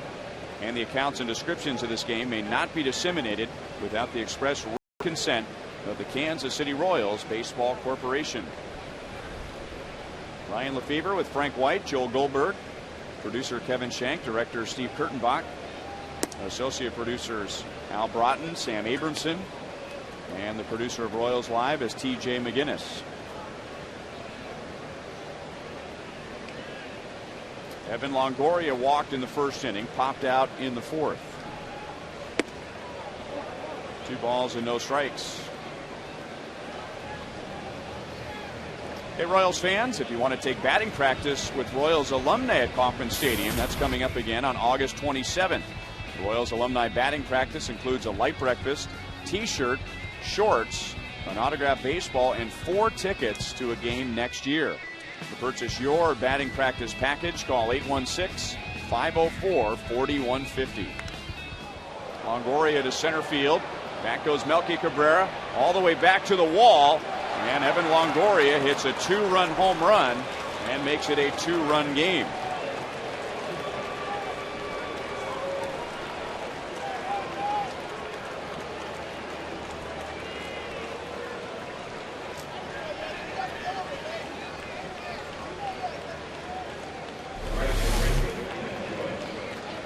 Look at this pitch here, Ryan. It's right in his wheelhouse right there. And that's right down the middle of the plate. He gets all of this ball, he drives it straight away center field. You know, before Longoria hit that home run last night against the Yankees, he had gone 50 at bats without a home run. And he has hit a lot better on the road than he has at home. Now 2 balls and no strikes to Matt Joyce. There's an interesting haircut. The phone rings down in the Royals bullpen, and pitching coach Bob McClure out to have a word with Hochevar. Remember, the only out in this inning was a line out to deep right field, and then he began to start missing up. And at times that can be a sign that the pitcher is getting tired. 24 pitches in the first inning, but Luke did an excellent job of getting out of that inning. First 2 hitters doubled, so a run home on 5 pitches, and then 2 walks to load the bases with nobody out, but he got a strikeout and a double play. He then went on to retire 11 in a row, pitch a scoreless 5th, and now the walk and the home run here in the 6th.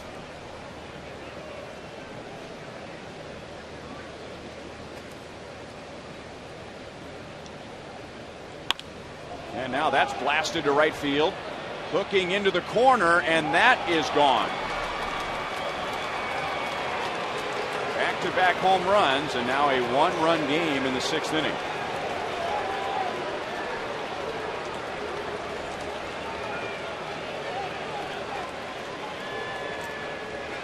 And from all people, Matt Joyce, who wasn't even coming close to Hochevar the first 2 times. Just got that fastball up, like you said. You noticed him getting up in the zone this inning, and this ball is middle of the plate. You know, good hittable pitch from Matt Joyce, and he gets you right inside the foul pole there in right field. But and now Upton with very good speed, and he's on with a bunt single. That was a very good play by Mike Moustakas. There was nothing more he could do. It was just Upton's speed that beat the play.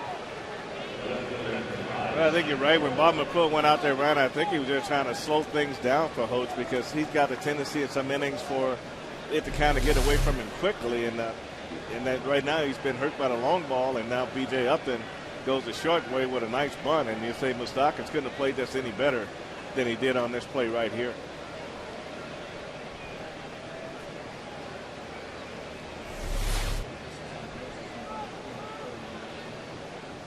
And now Sam Fuld.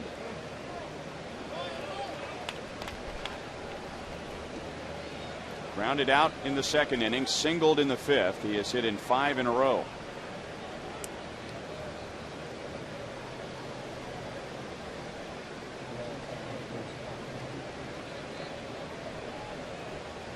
Now Upton runs, and he will steal second base. That is his 23rd. Tying run at second base with 1 out. Well, Upton pitched a good pitch, still on too, a curveball, and Matt Trainer did a great job just getting this pitch and getting this throw down to second base. And you see Upton never looks home. It's just a straight steal all the way.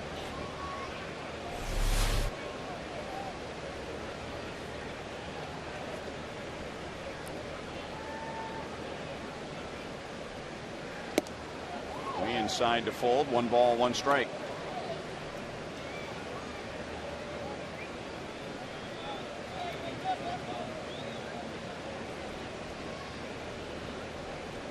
This has been a tough team for Luke, and it's been a tough team for a lot of pitchers in the American League, the Tampa Bay Rays. They're trying to beat Tampa Bay for the first time. This is his 5th try. His ERA, his career ERA is 10, and now Fuld gets drilled. So he missed badly way inside. And remember, it was Sam Fuld who went sliding into Alcides Escobar and knocked him out of the game. So with an open base and a chance for a ground ball and a double play, perhaps the Royals, that was the Royals version of an intentional walk. Chevy called to the bullpen, and it's going to be Lewis Coleman.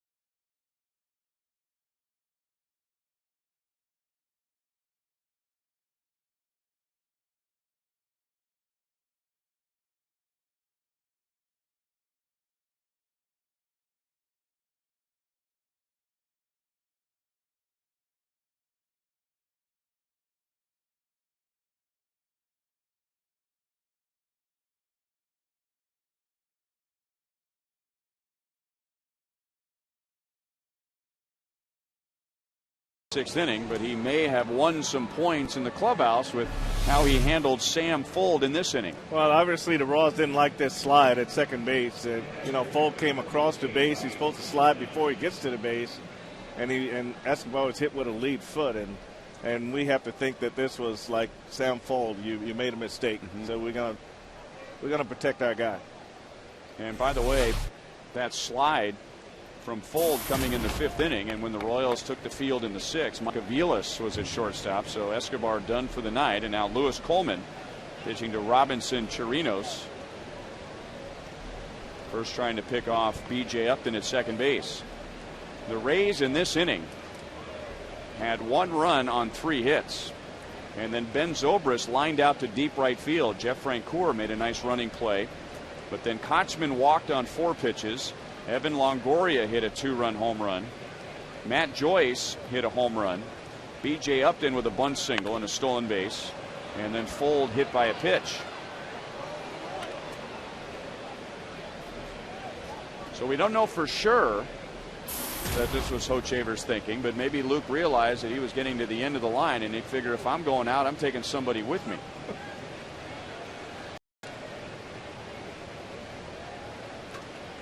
Well, I think you really have to let your guys know that you're going to protect them. And when someone takes liberties, then you as a pitcher, that's part of your job.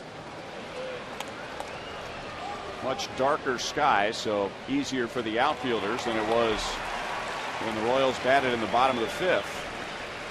It's only about, what, Frank, maybe 10 to 15 minutes when the sky is that shade and it's difficult to find the ball. Yeah, that was an inning that really wasn't in favor of the Rays. It was more in favor of the Royals in that situation. So they got some breaks, and that's what this game's all about. So now dark enough where it's easier for the outfielders to see the contrast of the ball up against the sky. 2 on, 2 out. Sean Rodriguez at the plate. And Coleman with a great pitch over the outside corner, 0-1.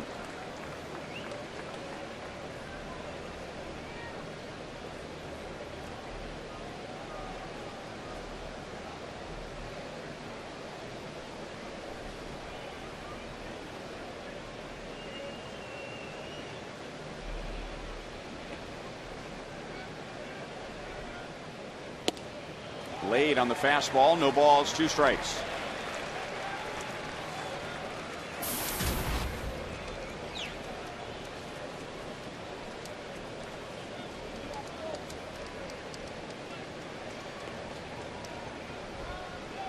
After scoring in the first inning, the Rays had 1 hit in innings 2, 3, 4, and 5, and now have come up with 3 runs in the 6th. Trainer wanted that pitch up. It's 1-2 on Rodriguez.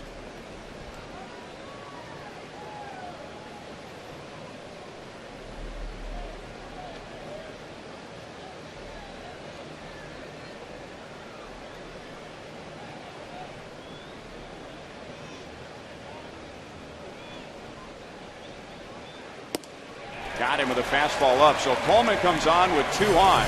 It's a fly ball and a strikeout.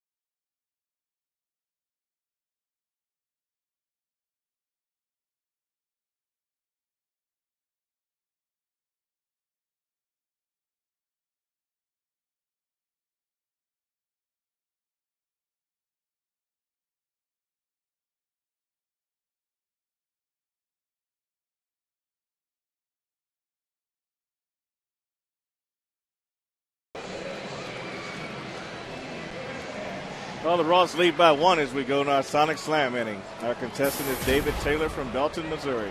If the Royals hit a home run this inning, David will win $5,300. But if the Royals hit a grand slam out of the park, David will win $25,000 from Sonic and the Kansas City Royals. So Wade Davis, who was down 4 runs when he left him out after the bottom of the 5th inning, now down by 1 with Getz, Mike Aviles, and Alex Gordon coming up in the 6th inning. And the Royals certainly want to answer after the Rays got 3 in the top of the 6th to make this a game. Getz his flied out, lined out against Davis, and now bunting and to the first base side. A good bunt and no play for Zobrist. He tried to make a play out of it, but there was nothing there. And we showed you earlier tonight, Getz was surveying the right side of the infield to see if there was room out there, and he gets the hit. Well, you see him taking a look right there, Ryan Earp. He's always going to find out where these guys are. And then he just goes right down, right inside the line. He wants the first baseman to go, but turned out to be just a perfect bunt for him. But get right by the pitcher's mound. Zobrist had no chance on this ball unless the guys who have the tendency to want to bunt, drag bunt especially, as a second baseman, you can't play back. You got to come in and let them know you're in. I used to come in and whistle and let them know. I just wave at them. I've got my own.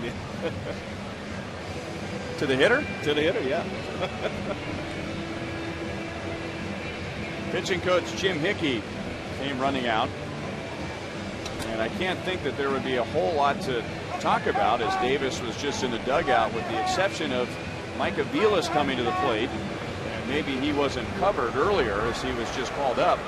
So talking about how they want to pitch him. J.P. Howell, former Royal, warms up in the right field bullpen. Davis at 85 pitches. But remember, with a first pitch temperature of 98 degrees, he may feel more like he's at 95 or 100 pitches.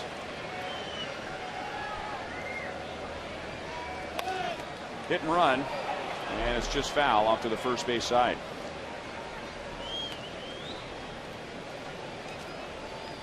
Mike Aviles taking over at shortstop in the top half of this inning.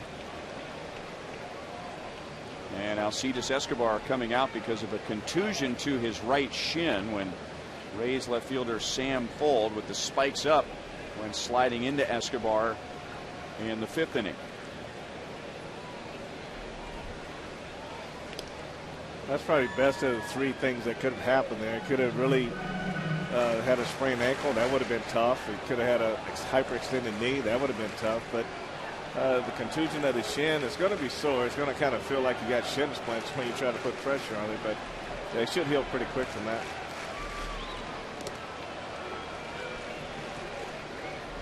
Keeping an eye on Getz, who has stolen 17 bases. Mike Aviles was sent to the minor leagues on June 9th. And Ned Yost said when the announcement was made that Aviles was going down, Mike Moustakas was coming up, was that Aviles needed to go to the minor leagues and get better because the Royals would need him. And he went down and he hit over 300, drove in 25 runs, hit 9 home runs in just 35 games. That's getting it done right there. He's a guy that does better when he plays a lot.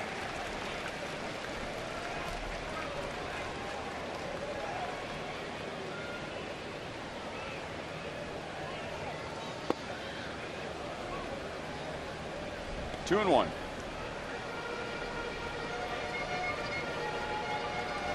There's really no good time for a regular player to get an injury, and hopefully Escobar will be back tomorrow, but the timing couldn't be better if he had to come out early because of the injury.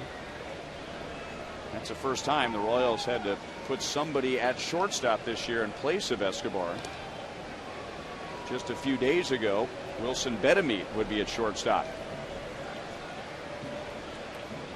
I really think that's a lot of why Escobar had played so much, because they didn't want to put Wilson Betemit in a tough situation at shortstop, and as long as Esky was healthy, you can keep running him out there. into right field. Matt Joyce is back. One away.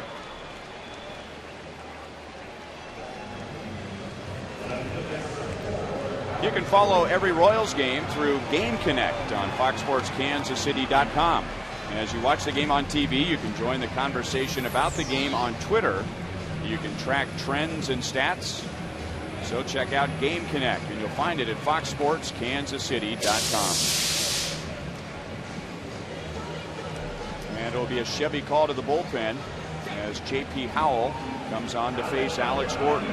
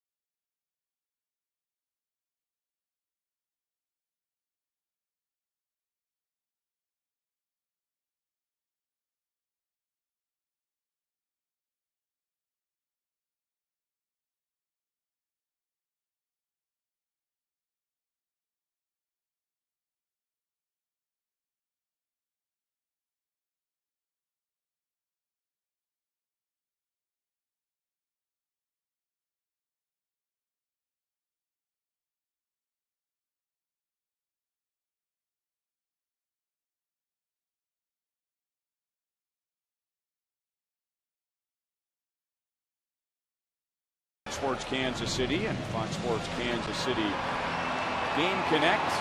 Here's one of our Twitter messages from tonight. Go to FoxSportsKansasCity.com to submit your questions. Royals have Alex Gordon at the plate with Chris Getz at first and one out. And J.P. Howell, who missed all of last year with shoulder surgery and started this season on the disabled list as he was coming back from shoulder surgery. 21 games and still trying to find it. A 7.47 ERA with 11 walks and 15 2/3 innings.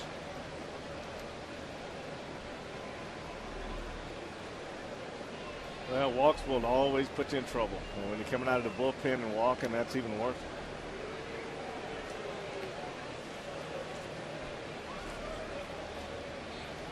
Royals first round pick in 2004. Royals first round pick in 2005 is standing at the plate, Alex Gordon.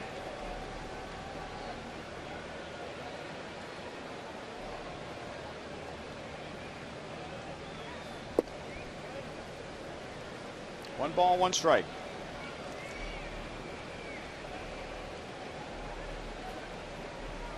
In 2006, the Royals traded J.P. Howell to the Tampa Bay Rays in exchange for outfielder Joey Gathright and an infielder named Fernando Cortez, who never got to the big leagues.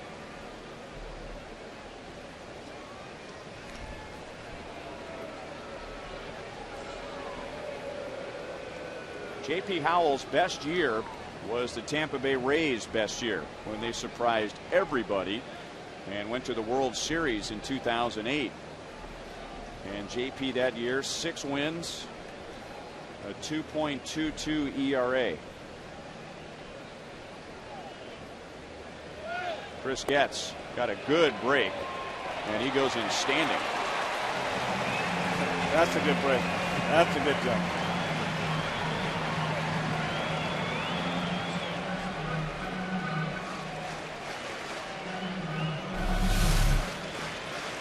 Even let JP lift his leg as high as he could before he even took off to second. He made up a lot of ground between the time JP Howell lifted his leg and released the ball to the plate.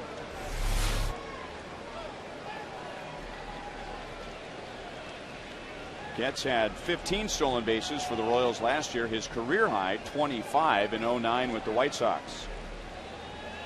Alex has 2 hits tonight, and he has scored a run.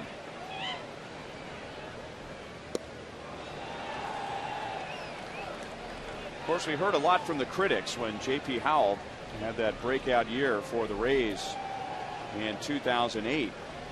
But before that, J.P. Howell had done very little in the big leagues. With the Royals, he pitched in 15 games in 05. He had an ERA over 6.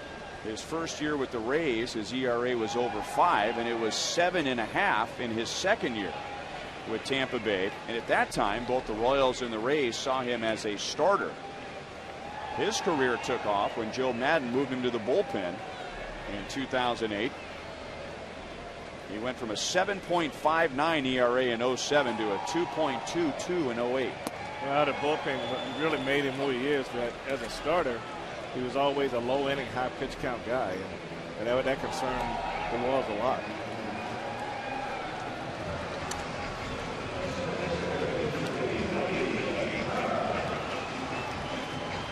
And now Melky with Getz at second base, 2 down. Remember, our Sonic Slam inning contestant is David Taylor from Belton, Missouri. And a home run is worth $5,300. Melky doubled up the right field line, drove in a run in the first inning, and then flied out to the wall in right center field in the third. And that's driven to left field. Sam Fuld diving. He didn't catch it. Getz scores. It's another RBI for Melky Cabrera, and Sam Fuld is screaming at third base umpire Marvin Hudson. Marvin Hudson is convinced that he saw that ball hit the grass. So the Royals back out to a 2-run lead.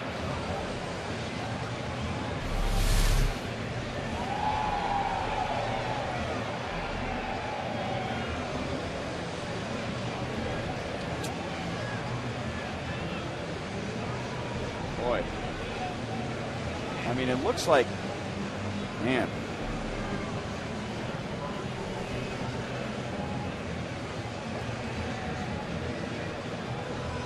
if I had to make a guess based on that replay, Frank, I would say that was a catch.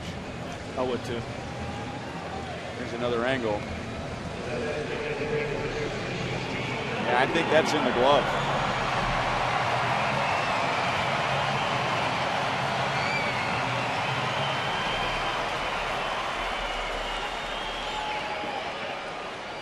Maybe it hits the ground there. And that's what Marvin Hudson saw. Very close.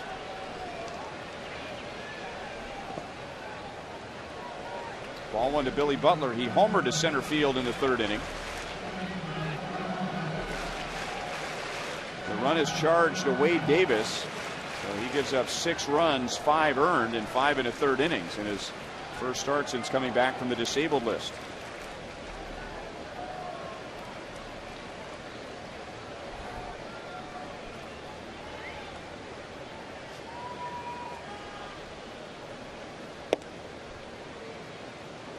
One and one.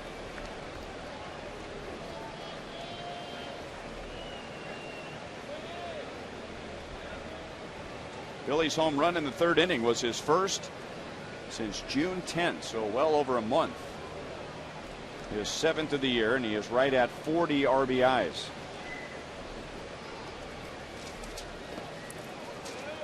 Two and one.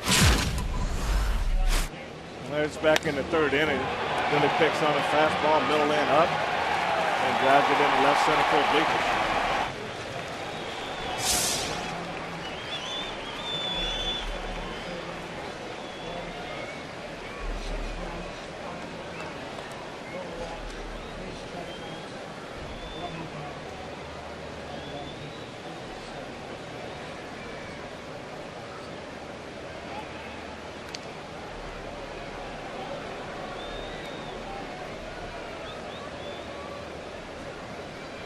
Billy and J.P. Howell played together 2 years in the minor leagues in 2004 at Idaho Falls.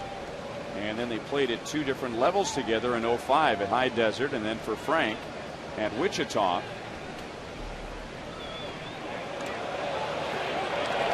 Cabrera able to get back in time. J.P. Howell made his major league debut in 05. Billy Butler in 2007. I almost caught Melky. He took a couple steps towards second base, but it was able to read it. And J.P. Howell's got that high leg kick. Had a chance to recover and get back to first base. He may have nearly picked off Melky Cabrera and his first baseman Casey Kochman.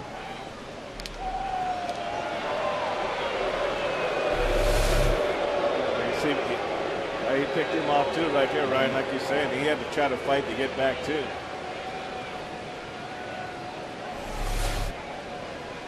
The Royals definitely want to run, and Robinson Chirinos, that Yankee series, Ryan, the Yankees stole 10 out of 11 bases against Chirinos.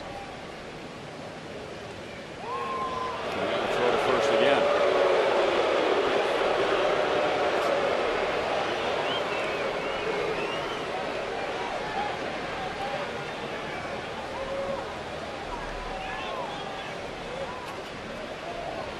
Well, if he's worried about first base, he might make a mistake at the plate.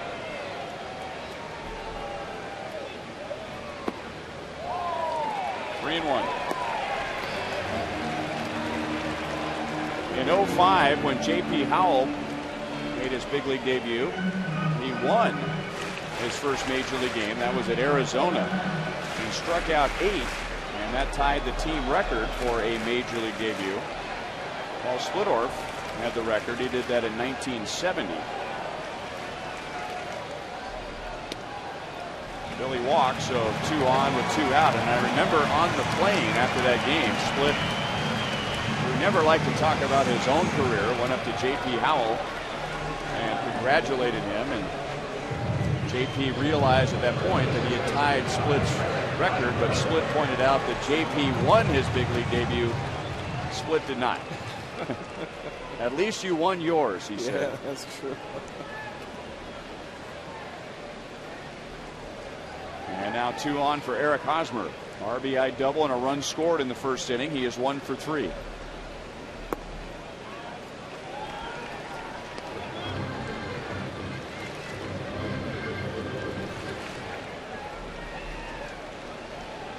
Chris Getz started all this with a bunt single, stole second base.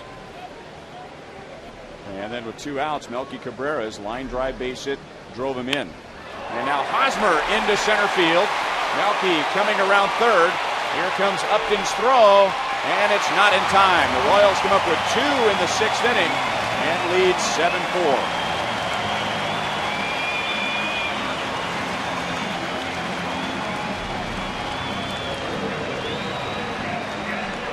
Whether you're right-handed or left-handed, you lead a fastball up to Hosmer, and he's going to jump all over it. He drives the ball back through the middle, and J.P. Howell's lucky he left the lane open for this ball to get through, because Hosmer really jumped all over it. You can see Cabrera scores from second base. Upton makes a strong throw, but Cabrera was able to beat it. So 2 hits, 2 RBIs for Hosmer. And now Francoeur rolls it through the right side. Here comes Billy Butler around third base. And that throw arrives late. And the Royals get all 3 runs back.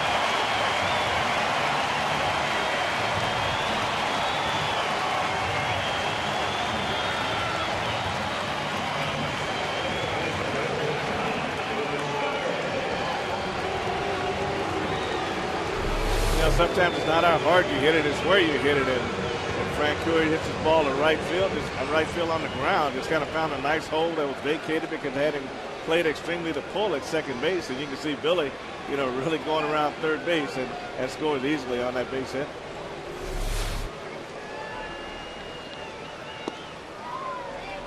Outside to Mike Moustakas, who put an end to an 0 for 22.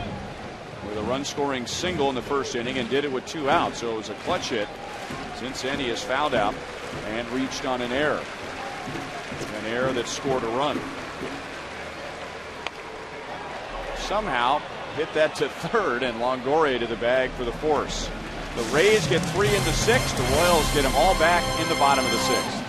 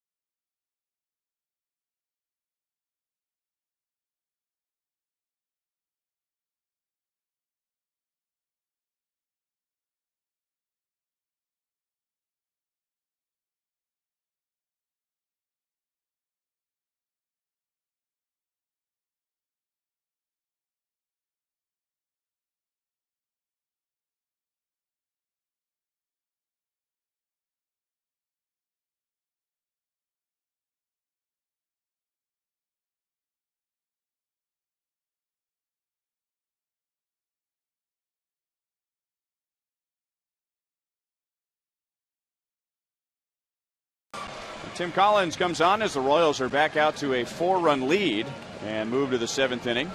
Tampa Bay getting back into the game with 3 in the 6th. The Royals got all 3 back in the bottom of the 6th against Wade Davis and J.P. Howell. Luke Hochevar went 5 in the 3rd. He gave up 4 runs, 3 of those in the 6th. And then Lewis Coleman faced 2 and retired 2, stranding a couple of runners. And you figure this is going to be a big thrill for Tim Collins. We'll explain in a moment as we take a look at tonight's You Call It question presented by Sprint. Your favorite Johnny Damon team in the American League East? And not surprisingly, the Yankees finished last, 47% like Johnny playing with the Boston Red Sox. And when Johnny was part of the World Championship team in 2004, Tim Collins was 15 years old, growing up in Worcester, Mass, idolizing the Red Sox. And Johnny Damon was kind of the symbol of that team with the beard and the hair down to the shoulders. So I would think this would be a thrill for Collins to face Damon here tonight. Oh, it's got to be. I mean, you watch Timmy and his beard and sometimes how he wears his hair. It gets pretty thick at times. And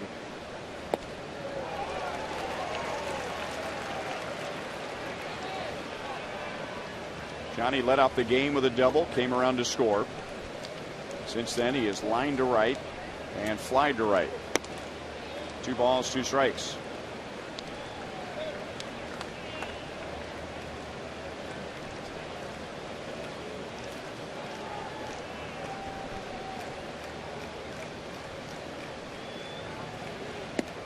Once again, under the category of they keep track of everything these days, Johnny Damon has the 3rd highest batting average in the major leagues when he is behind in the count.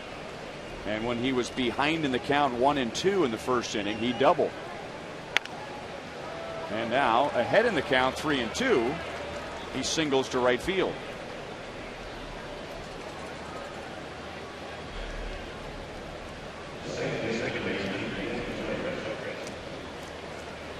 Jeff Francoeur out in right field tonight. He has handled just about everything that Johnny Damon has hit, and he is tonight's Miller Lite Taste Greatness moment.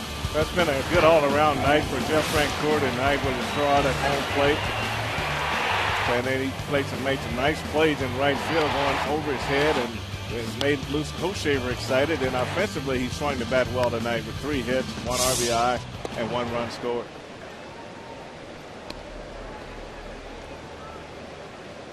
Ben Zobrist showing bunt.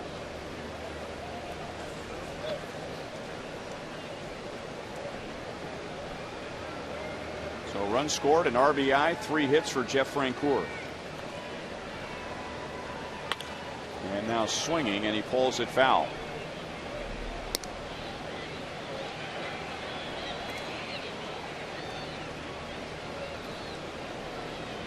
We were telling you earlier about Sean Rodriguez, who played 7 different positions for the Rays last year. Ben Zobrist did that for the Rays in 2009 and was an all-star.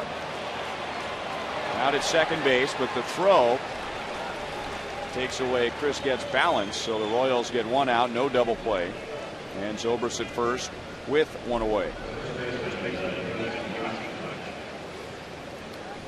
Tonight is at carsoup.com. Email the booth night. Let's get some of those questions from Joe Goldberg. All right, Ryan, a lot of questions. As always, Aggie Grauerholtz from Kensington, Kansas wants to know about the day at the ballpark. Is a typical ballpark routine different for a 7 o'clock start than a 1 o'clock start? Can you guys describe that? There are some differences, obviously. Well, for a day game after a night game, you may go on the field, you may not go on the field. Everything's become more optional.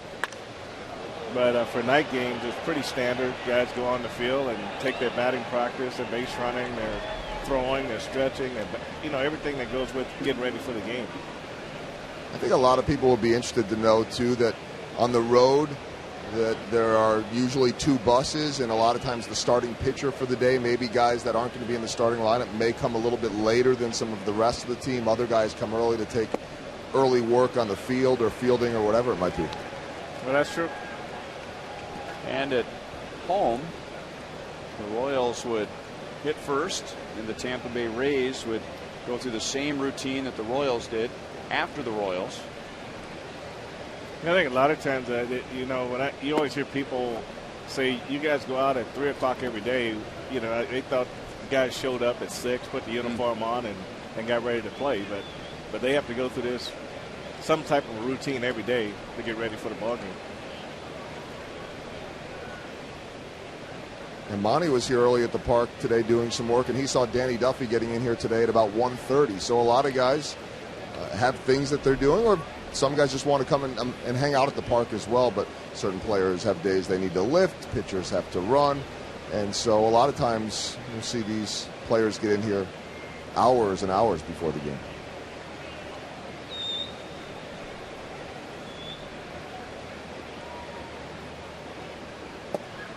Two balls and 2 strikes on Kochman. David Ladd in Blue Springs, Missouri wants to know, why are there no left-handed catchers in baseball? I just don't think it favors left-handers. Except for a bunt out in front of the plate. They're in a much better position to throw to first base. But they can throw. They get in better position for a pickoff at first base also, I think.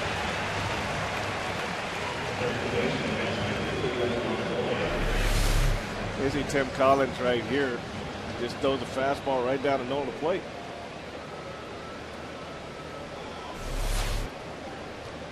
Thad, as you can imagine, guys, a bunch of emails about the Escobar injury, the slide, the retaliation, alleged retaliation, if you will, and a lot of people wondering, the spikes up, is that always a no-no? Is the fact that Escobar being on the bag, did that make him fair game? Frank, what do you think? The spikes up's always a no-no, Joel. When you're breaking up a double play at second base, if you got the lead foot is usually there to end on the base and not to go across the base, a foot off the ground and catch a guy, mid-shin. So you're supposed to slide before you get to the base, and once you slide, you go back to an Alex Gordon slide in Minnesota where he slid first and then did a roll afterwards. That's legal. But when you go straight across the base like that in the air, then that's not a preferred slide. That's one that would upset any middle infielder. And that'll upset any pitcher right there when he's about to deliver a pitch and they call timeout. I'm sitting next to a former pitcher who did not like the slide as well, but definitely liked the hit by pitch a little bit later. Now Tim McClellan is going over and talking to Evan Longoria, but if time was called, that's McClellan's fault there. I agree. I mean, you got to wait till the umpire calls time. You can throw your hands up all you want, but if the umpire never yells time, you got to stay in the box and wait on the pitch. Well, it's hard to get Tim McClellan to yell anything. And normally when he's behind the plate, the scoreboard's all mixed up. Nobody knows what the count is. He's a good umpire and he's popular with the players, but he is not one to let anybody here know what's going on other than the catcher and the guy at the plate.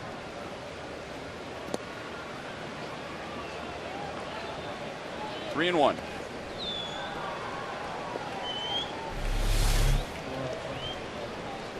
Yeah, I can hear him yelling timeout, but didn't wait on it. But how about an umpire throwing his hands in the air and yelling timeout? I mean, you can't do that.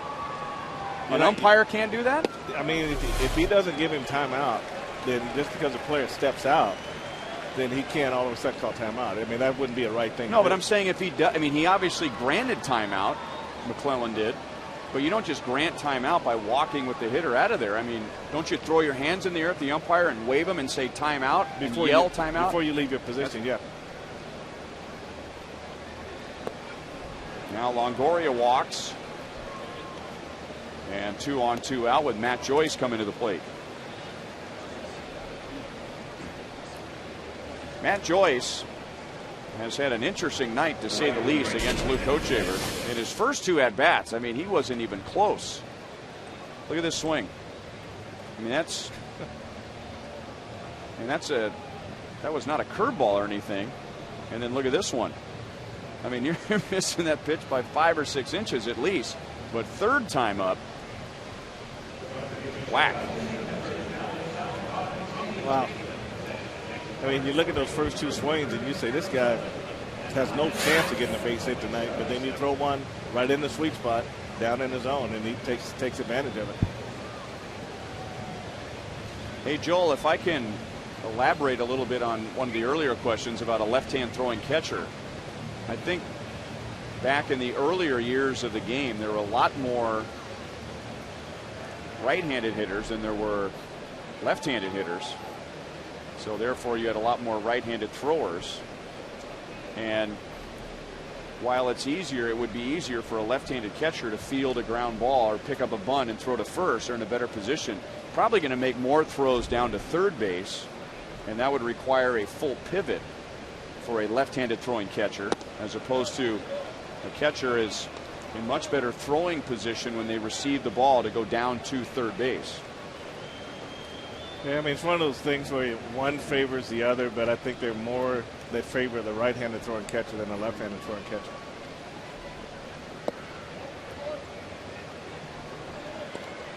Two balls and no strikes on Matt Joyce.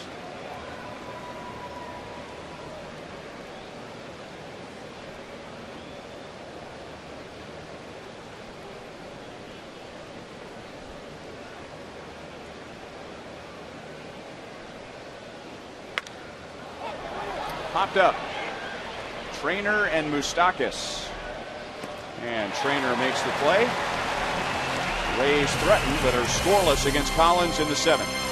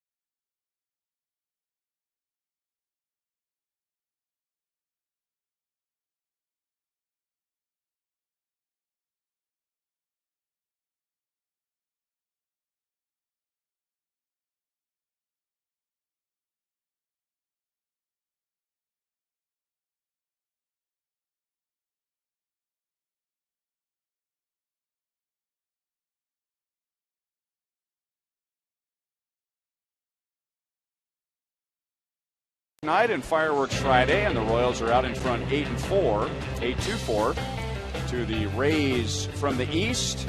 And the other big teams from the East are coming to Kauffman Stadium beginning in the middle of August. First, the New York Yankees, Monday, August 15th through Wednesday, August 17th. And then the Red Sox are here for a 4-game series, Thursday, August 18th through Sunday, August 21st. Royals will get their first look at Brandon Gomes. Takes over in the bottom of the 7th inning with Matt Trainer, Chris Getz, and Mike Aviles coming up. Gomes, one of the players that the Rays got during the offseason in the trade that sent Jason Bartlett to San Diego. Inside to Matt Trainer, 1 for 3 with a 4th inning single.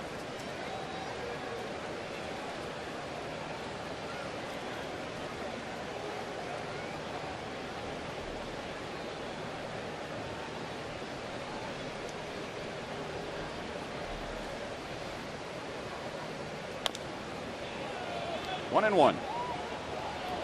Tampa Bay scored in the first inning. Royals scored 3 in the first inning. 1 more in the third, 1 in the fifth. So they were way out in front, 5-1, until Tampa Bay got 3 in the 6th. They knocked Luke Kochaver out of the game. And then the Royals came right back with 3 in the bottom of the 6th. So right back to a 4-run lead. Melky Cabrera and Eric Hosmer are both driven in 2 runs for the Royals.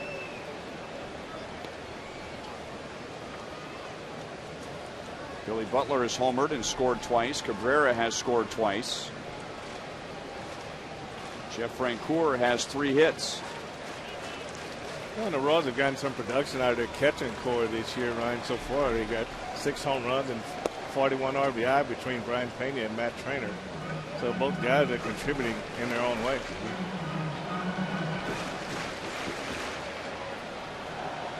And they're really similar. Both got 3 home runs. Just 1 RBI difference.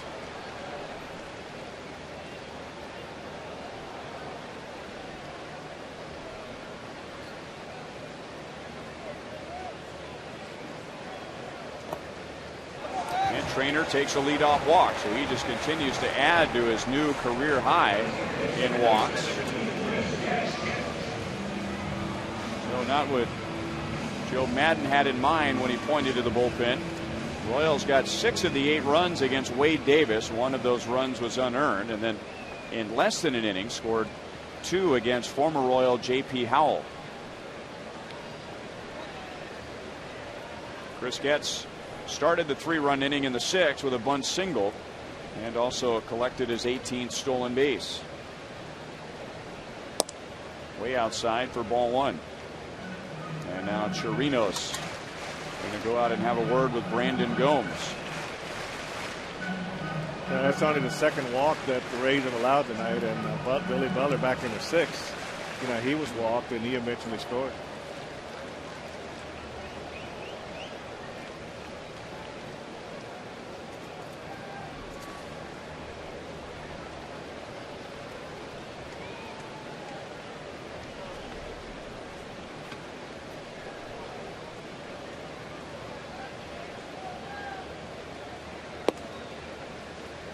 One and one.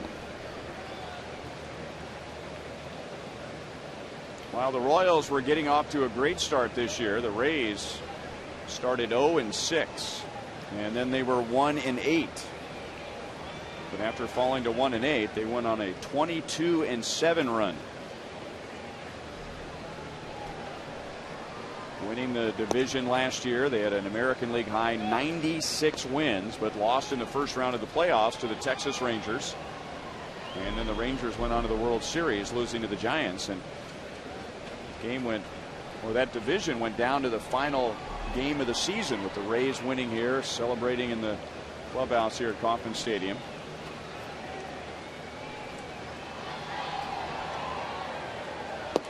They always say you never want to see that on your home field. You want to be the one celebrating if it's going to be on your field. I would think, though, if you're the Royals and you're the young Royals, I would think there would be an exception to that rule. Now, you might want to sit back and say, I want to know who thought the Tampa Bay Rays would ever be able to compete in the East. I mean, it seemed like they had no chance. Now Getz walks, so back-to-back walks given up by Gomes. So the point being, Frank, to be able to sit back and say, this is a team that was going nowhere for years and had to compete with Boston and New York and Toronto and Baltimore. They had a ballpark that was giving them very little revenue. Joe Madden comes along, a new attitude. They changed their name, they changed their uniforms, they drafted well, and now they're competing with and beating the Yankees and the Red Sox in that division. So why not sit back and look at that and say, if they can do it, then maybe someday we can do it. This was that celebration we were talking about when they won the final game of the season in Visitors Clubhouse here at Kauffman Stadium. Shoot, I'd tell some of the guys to go in there and watch this. Because this is what you're playing for. Well, that's definitely what you're playing for. But as a player, though, you're not sitting there thinking about all that. You envy a team who's definitely winning, and you want to be where they are. But it really, as a player, it really doesn't make you happy to sit back and see another team celebrating on your field. See, I think you're speaking from your experience. You were a winner, and you went to the playoffs. So when you weren't that team, it hurt you because you expected to go there. But I'm talking about a 95-loss season for the Royals, and to just watch that and say, hey. I think they would watch it and envy. I think they would want to be one of those guys, but I don't know. I asked Joe Madden before the game, when you took over the team, was there one theme that you had to get the young guys going? And he said 9 + 9 = 8. And they put that all over the clubhouse, everywhere players could see it. And I said, well, what does that mean? He says 9 players playing 9 innings really hard equals 8 teams in the playoffs. And then he turned around and he pulled his shirt up. He said, see? And he had that shirt on? Had it on. Aviles pops out. He's 0 for 2.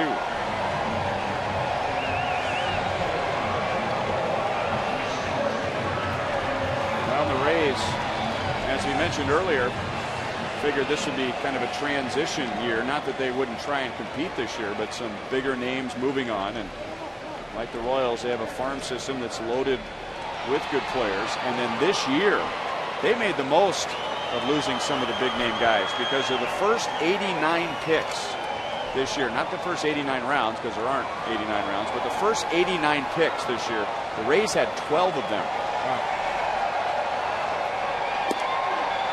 Ball one to Alex, 2 hits and a run scored tonight.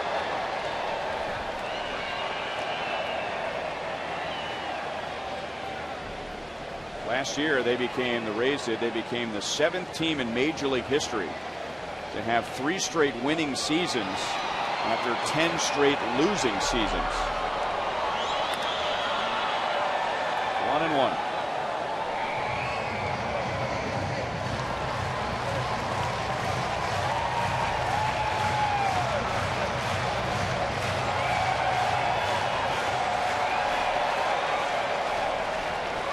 Walks to Trainer and Getz, and now 1 away to Alex Gordon.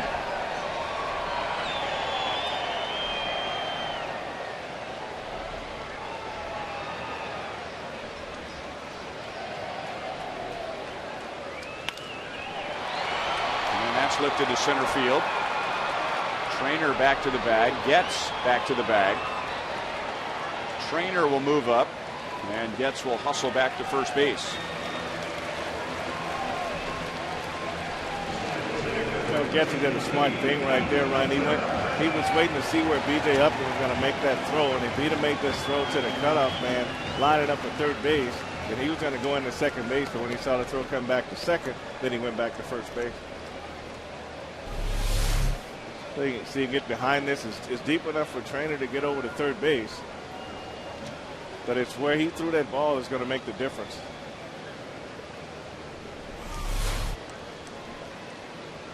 First and third, and now Melky Cabrera. 2 hits, 2 runs scored, 2 RBIs tonight. And taking a look at a pitch from Brandon Gomes.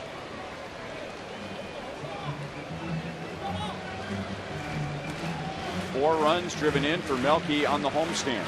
Royals took 2 out of 3 from the White Sox. And this is the first of 3 with the Tampa Bay Rays. And then the Royals are on the road for a week. They'll go to Boston for 4 and Cleveland for 3. 2-0.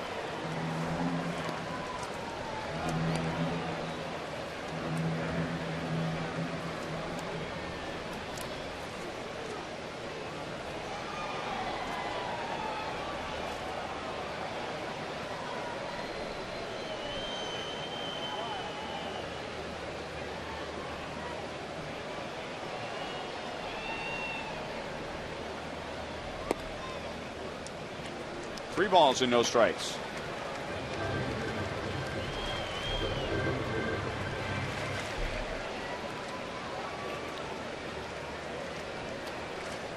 This has been a fascinating inning.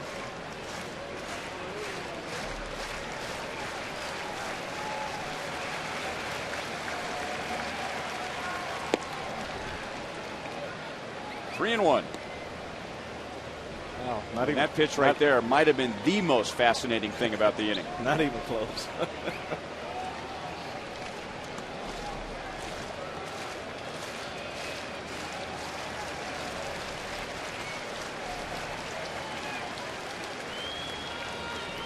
This is pitch number 20 for Gomes, and it's slapped to center field. Melky Cabrera has his 3rd hit and his 3rd RBI, and the Royals have their biggest lead of the night.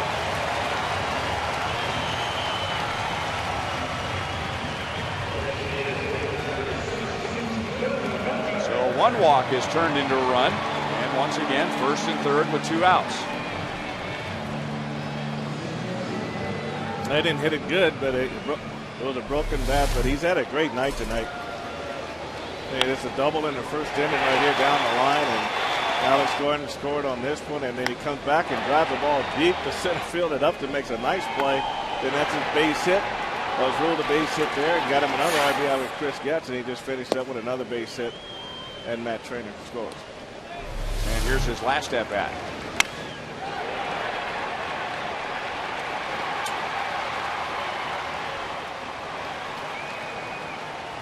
That's why you have a night like that, Ryan, you can't wait to get to the ballpark the next day. And now Billy to the left side. Longoria gets his glove on it, but that's it. Another run scores, and now the Royals have hit double digits.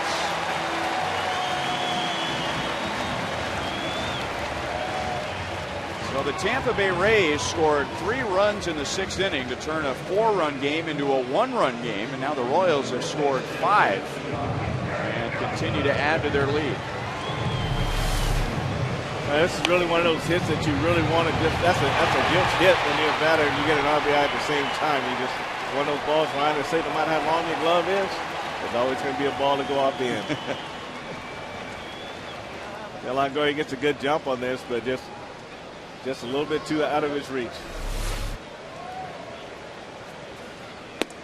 Outside to Eric Hosmer.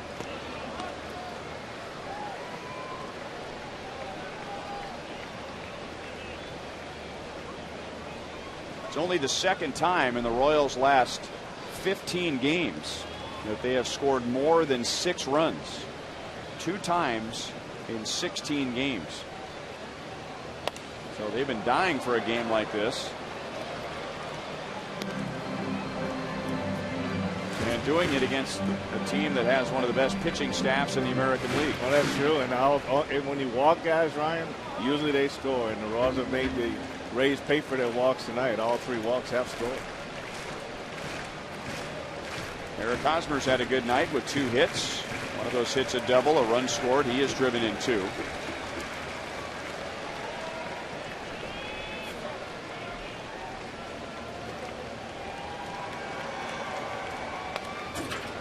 One ball, 2 strikes. It's really just like to see him swing the bat. I tell you, when he lets it go, you know he means business when he lets it go.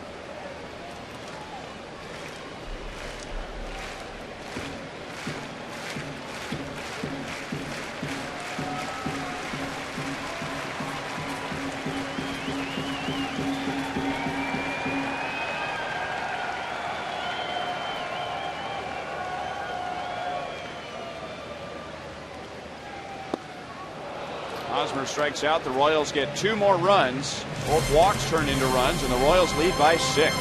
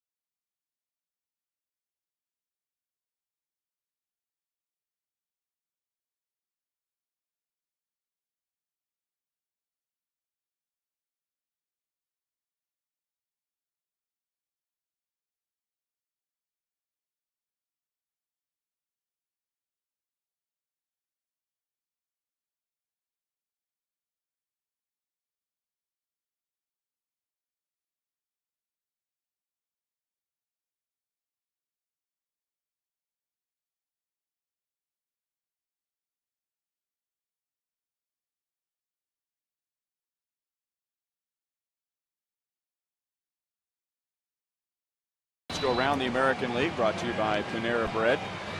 And in the East, the Yankees win by 10. 2 games back of Boston when games began. Chicago plays much better in Cleveland than they did here. Cleveland a half game back of Detroit. It was the Angels over the Orioles.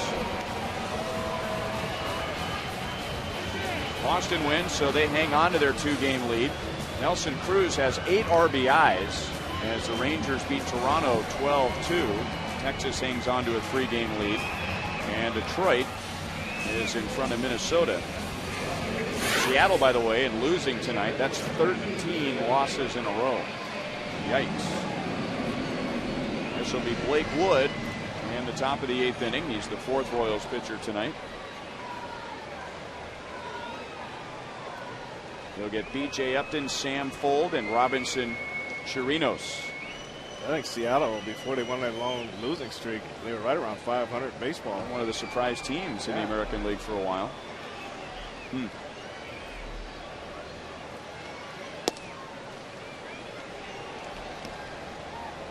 B.J. Upton reached with a bunt single in the 6th inning. Also stole a base. 1 for 3. Involved in perhaps the 2 biggest outs for the Royals tonight. If you weren't with us earlier, Tampa Bay came out swinging against Luke Hochevar in the 1st inning. Johnny Damon doubled, then Ben Zobrist doubled, driving in a run. So 2 batters into it. The Rays had a 1-0 lead. Then back-to-back walks to load the bases with nobody out. Melky makes the play in center field. But Hochevar struck out Matt Joyce, and then B.J. Upton flied to right. And Frank Poor threw out Ben Zobrist trying to score. And out of all that, the Rays got 1. Don't forget, you can take the Royals with you wherever you go. Just subscribe to MLB.tv today. You'll see every Royals game live or on demand on your computer. MLB.tv Premium lets you enjoy HD quality, home and away, multi-game view, and the ability to pause and rewind live games. They have taken away the feature, Frank, where you could fast forward live games. Remember that? I remember that. You could pause, rewind, and fast forward live games, which gave the fans the ability to see the innings before we did. Sam Fuld 1 for 3 with that ground out to second base, and now Blake Wood will get Robinson Chirinos. There's Denny. That was his favorite feature about MLB.tv. I think there were some games when he wished he had this game logged on to MLB.TV and he could hit fast forward.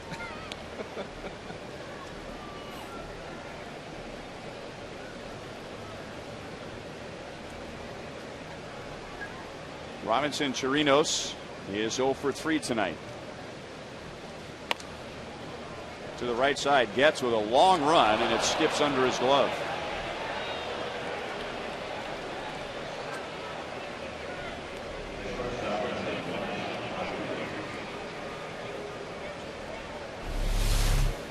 Well, Getz is going to his left here, and you got to stay on top of that last hop. The ball came down lower than he thought. He thought that last hop was going to come up higher, but it actually went underneath his glove.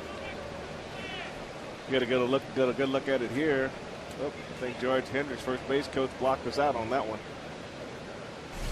Didn't block out the official score, and Chris Getz is charged with an error.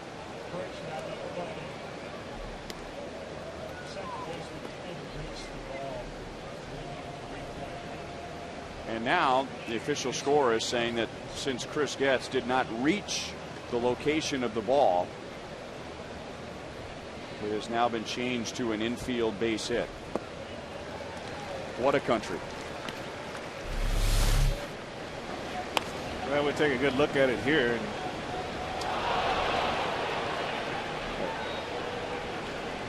Looked like when you look at the replay, it looked like it went right underneath the glove.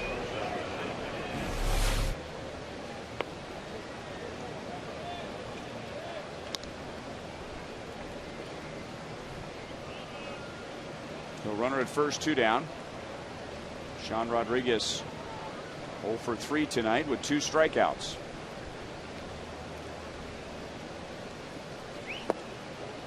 Two and 2.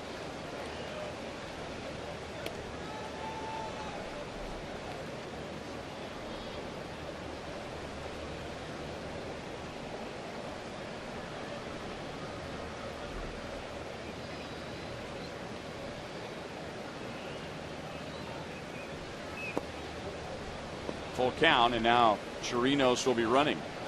Tomorrow night it's a 6:10 game. It is KU night at Kauffman Stadium. It's also ladies night at the ballpark.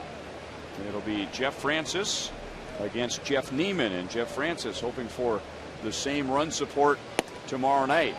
Did Rodriguez go? Yes, he did, and that's the second time that first base umpire Ted Barrett has done that to Rodriguez.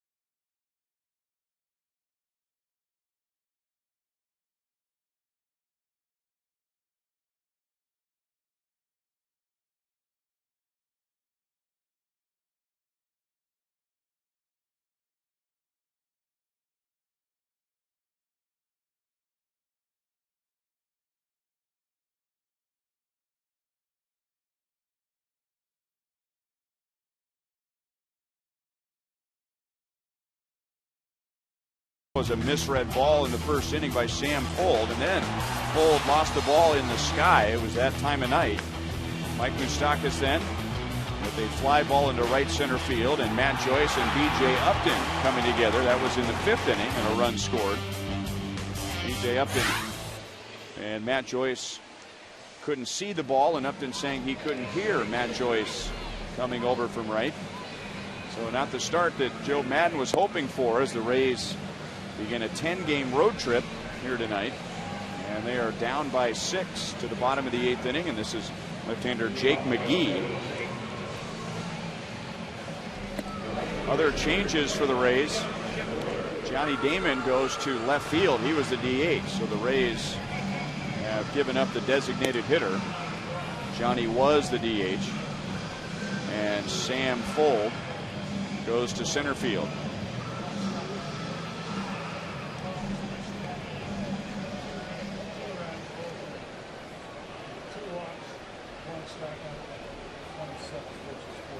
Johnny Damon back to a familiar spot. He was the Royals left fielder for many years as Carlos Beltran played center. When he went to the A's and then the Boston Red Sox, he moved to center field.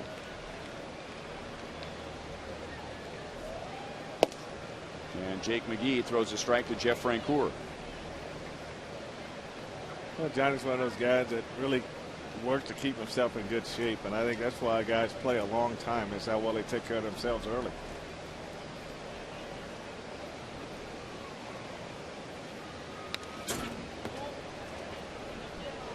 Oh, 0-2. Good night for Francoeur on defense. Another outfield assist. And the Royals 34th of the year. And they're 19th at home plate. And then at the plate, Francoeur has 3 hits, an RBI, and a run scored.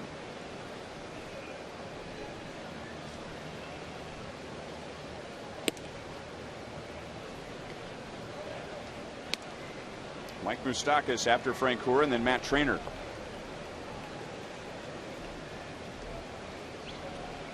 Jake McGee, another pitcher out of the Rays system.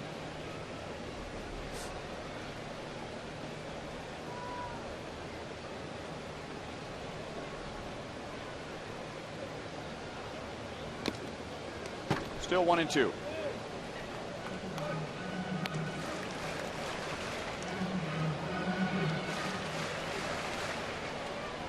Royals with 3 in the first, 1 in the third, 1 in the fifth, 3 in the sixth, and 2 in the seventh. And those last 5 runs have been important as Tampa Bay came up with 3 in the 6th inning to make it a 1-run game, only to watch the Royals score 5. A fractured bat and a pop out to short, 1 away. Let's go to Joe Goldberg. Well, Ryan, coming up after the game on Boulevard Royals Live, we'll talk about the Royals and their success with 2-out runs tonight. Plus, we'll look back at Alcides Escobar being injured on that slide by Sam Fuld. Of course, Ned Yost and Luke Hochevar were pretty sure that they will say that the ensuing hit by pitch will have just gotten away from Luke. We'll get the exact answer, though, of what really happened from Jeff Montgomery, because, you know, he had a couple pitches that just got away from him a couple of times as well. Highlights, reaction. We'll take your questions at 432-432 space keyword live, and Fireworks Friday as well, guys. Just a couple of pitches that got away from him in his career? Well, how many, Monty, got away from you? More than 1, he says. Well, talking about the 2-out runs that Joel was describing, it hasn't just been one of those big nights on offense where everything has gone right. 10 runs, 16 hits, scoring runs everywhere. 7 of the 10 runs have come with 2 outs, so it's been a clutch night for the Royals in addition to a big night. It's really nice to look on the board and see balanced scoring throughout the game, and I think that just shows your offense is clicking pretty good.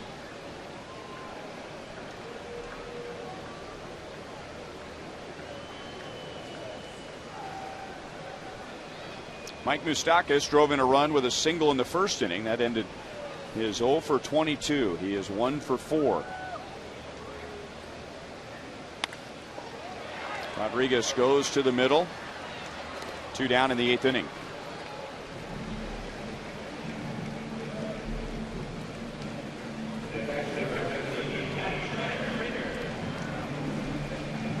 So from Mike Moustakas, whose pre-at-bat music comes from Jimi Hendrix, to Matt Trainer, and we all get to enjoy Led Zeppelin every time he comes to the plate.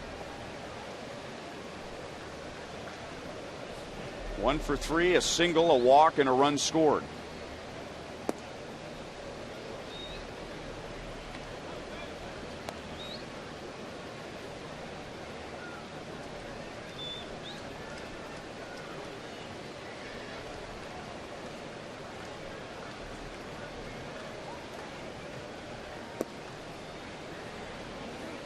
2-0.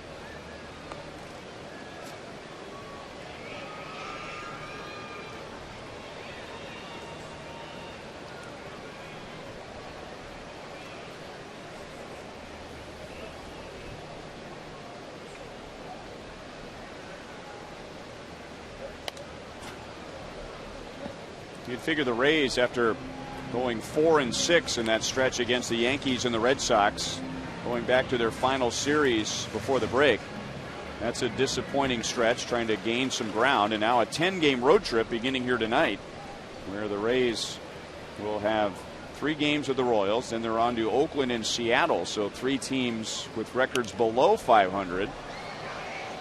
This was not the start that Joe Maddon had in mind.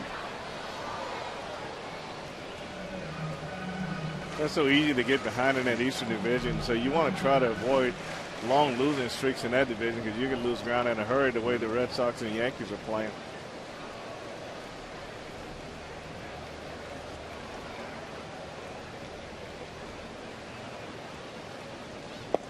Tampa Bay, as the games began tonight, 7 games above 500. That put them 7.5 back in the East.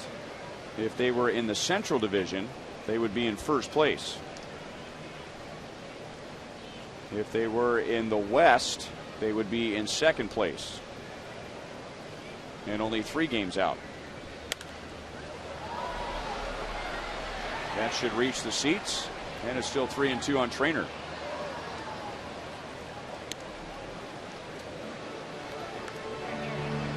So here are the updated standings, with Boston and New York both winning tonight. So at the moment, Tampa Bay is 8 back. If the Royals hang on, it will be 8.5 back, with Toronto right at 500 and Baltimore way off the pace. The Orioles were a surprise team in April.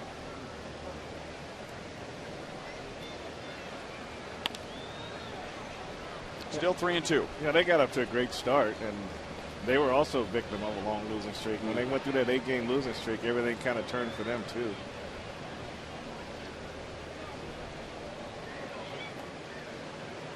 It seems that teams that win the division have a better second half than they do first half. We always did.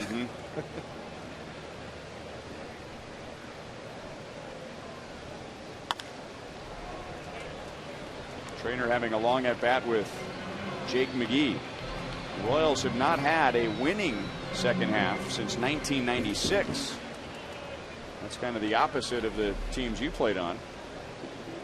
What was the date when you guys decided to kick it into high gear? Usually around June. Okay, here we go. We started in the East a lot, so we wanted to try to get through those first 30-35 games right around 500, and then you move into your division, and that's when everything started to go good for us.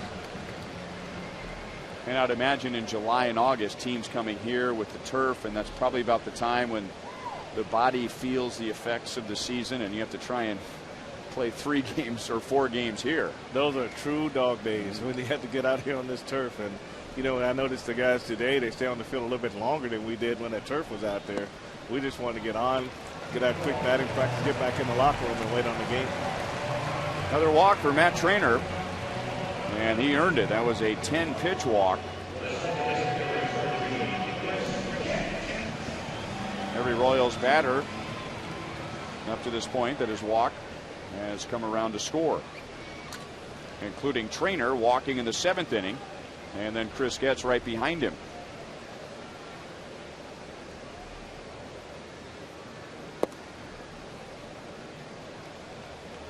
Getz has scored twice. He has a bunt single, then the 7th inning walk, and he has his 18th stolen base.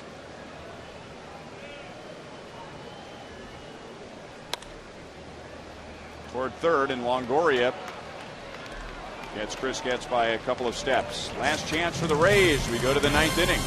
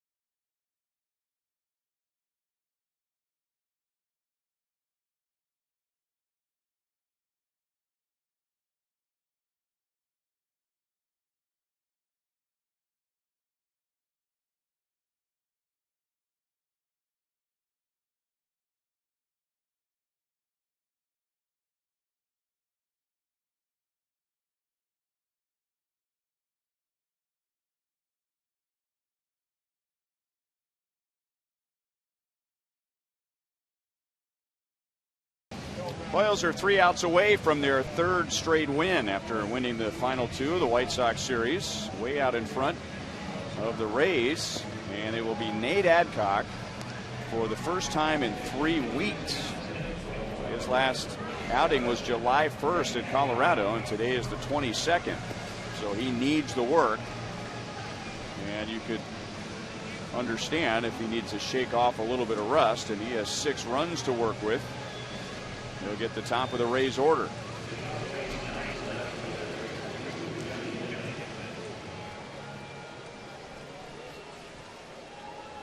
Johnny Damon, 2 hits tonight. Doubled and scored leading off the game. Earlier this year, Johnny became the 11th player in Major League history with at least 500 doubles, 100 triples, 200 home runs, 2,500 hits. The other 10 are all in the Hall of Fame. He is 7 stolen bases away from adding 400 stolen bases to that list, and now he has 3 hits tonight. All 3 hits have come leading off the inning.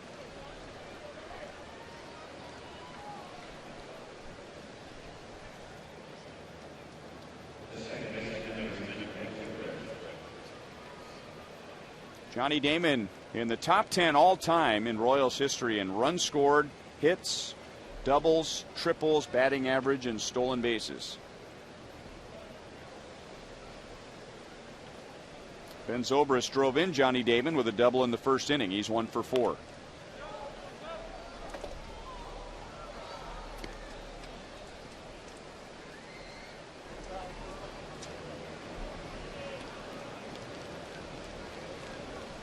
That way, Morgan Kramer, I think, actually protected the camera, throwing his left hand out there.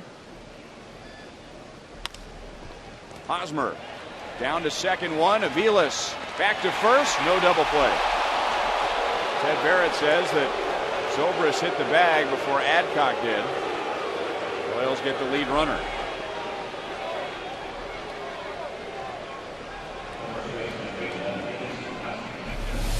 Yeah, Hosmer does it so well. I mean, he moves towards second base. He gives Mike Aviles a nice throw, eye level, and just up to whether or not the pitcher can get there and get his feet set in time to get set up for that throw, that returning throw from shortstop. Whoa. Looked good to me.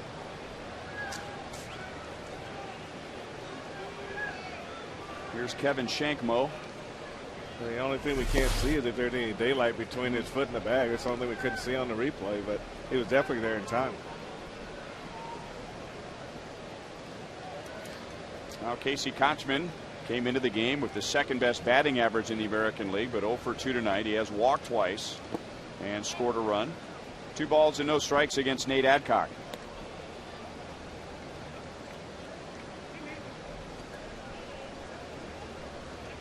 .331 overall for Kochman, but about .370 for whatever reason against the American League Central.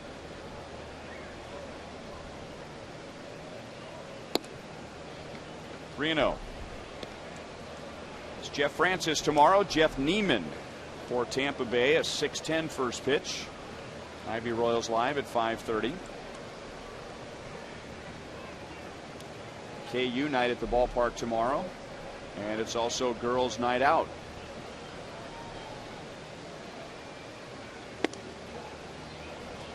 And now 4-pitch walk to Kochman. Kochman has walked 3 times, and all 3 times on 4 straight pitches.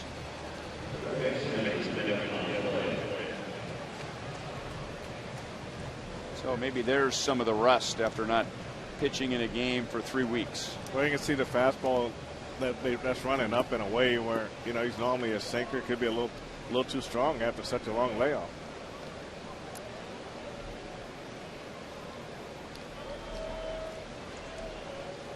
Evan Longoria hit a 2-run home run for the Rays in the 6th inning. The Royals were in front 5-1. The home run made it 5-3, and then right after him, Matt Joyce homered against Lou Kochaver. That made it 5-4. And 2 batters later, the Royals bullpen took over, and the Rays have yet to score against the bullpen. 1-1.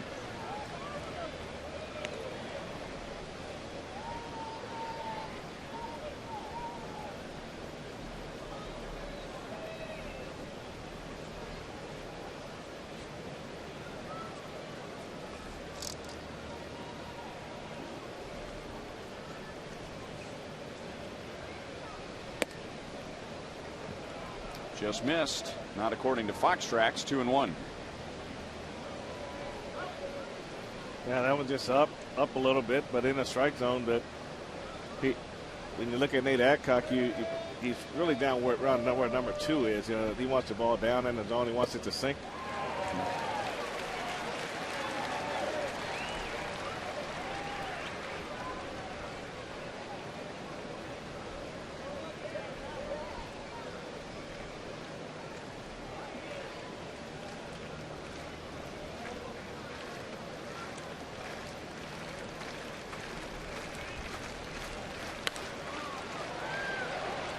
Melky coming up in center field.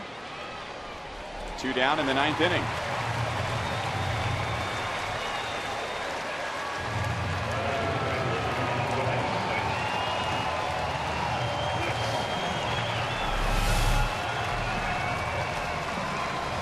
Well, these are our fans in the crown seat, really into the game.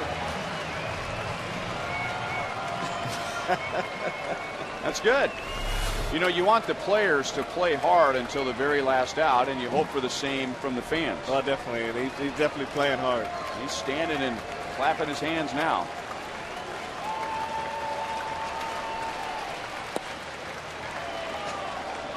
Ball 1 to Matt Joyce, who homered after Longoria's home run in the 6th inning. He is 1 for 4.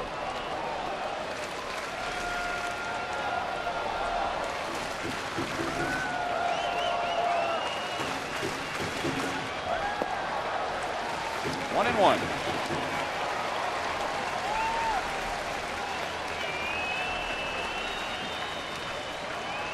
Good athletic position, good balance, feet, shoulder width. Getting down there so we can see the location of the pitches. Somebody's calling him to tell him that he's on television.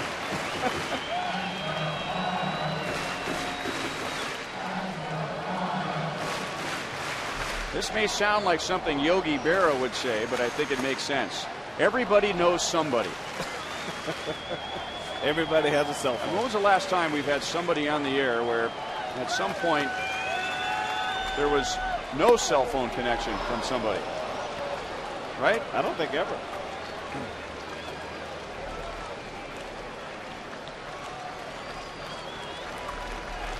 I think his phone is just exploding. Well, it makes it even better that he's got a bunch of friends. Hosmer's got it. He'll go to the bag himself, and the Royals have won 3 straight. A big night on offense. Royals with 10 runs on 16 hits. Mike Moustakas putting an end to a long hitting drought with a base hit and an RBI. And the Tampa Bay Rays, who had won 13 of the last 18 against the Royals,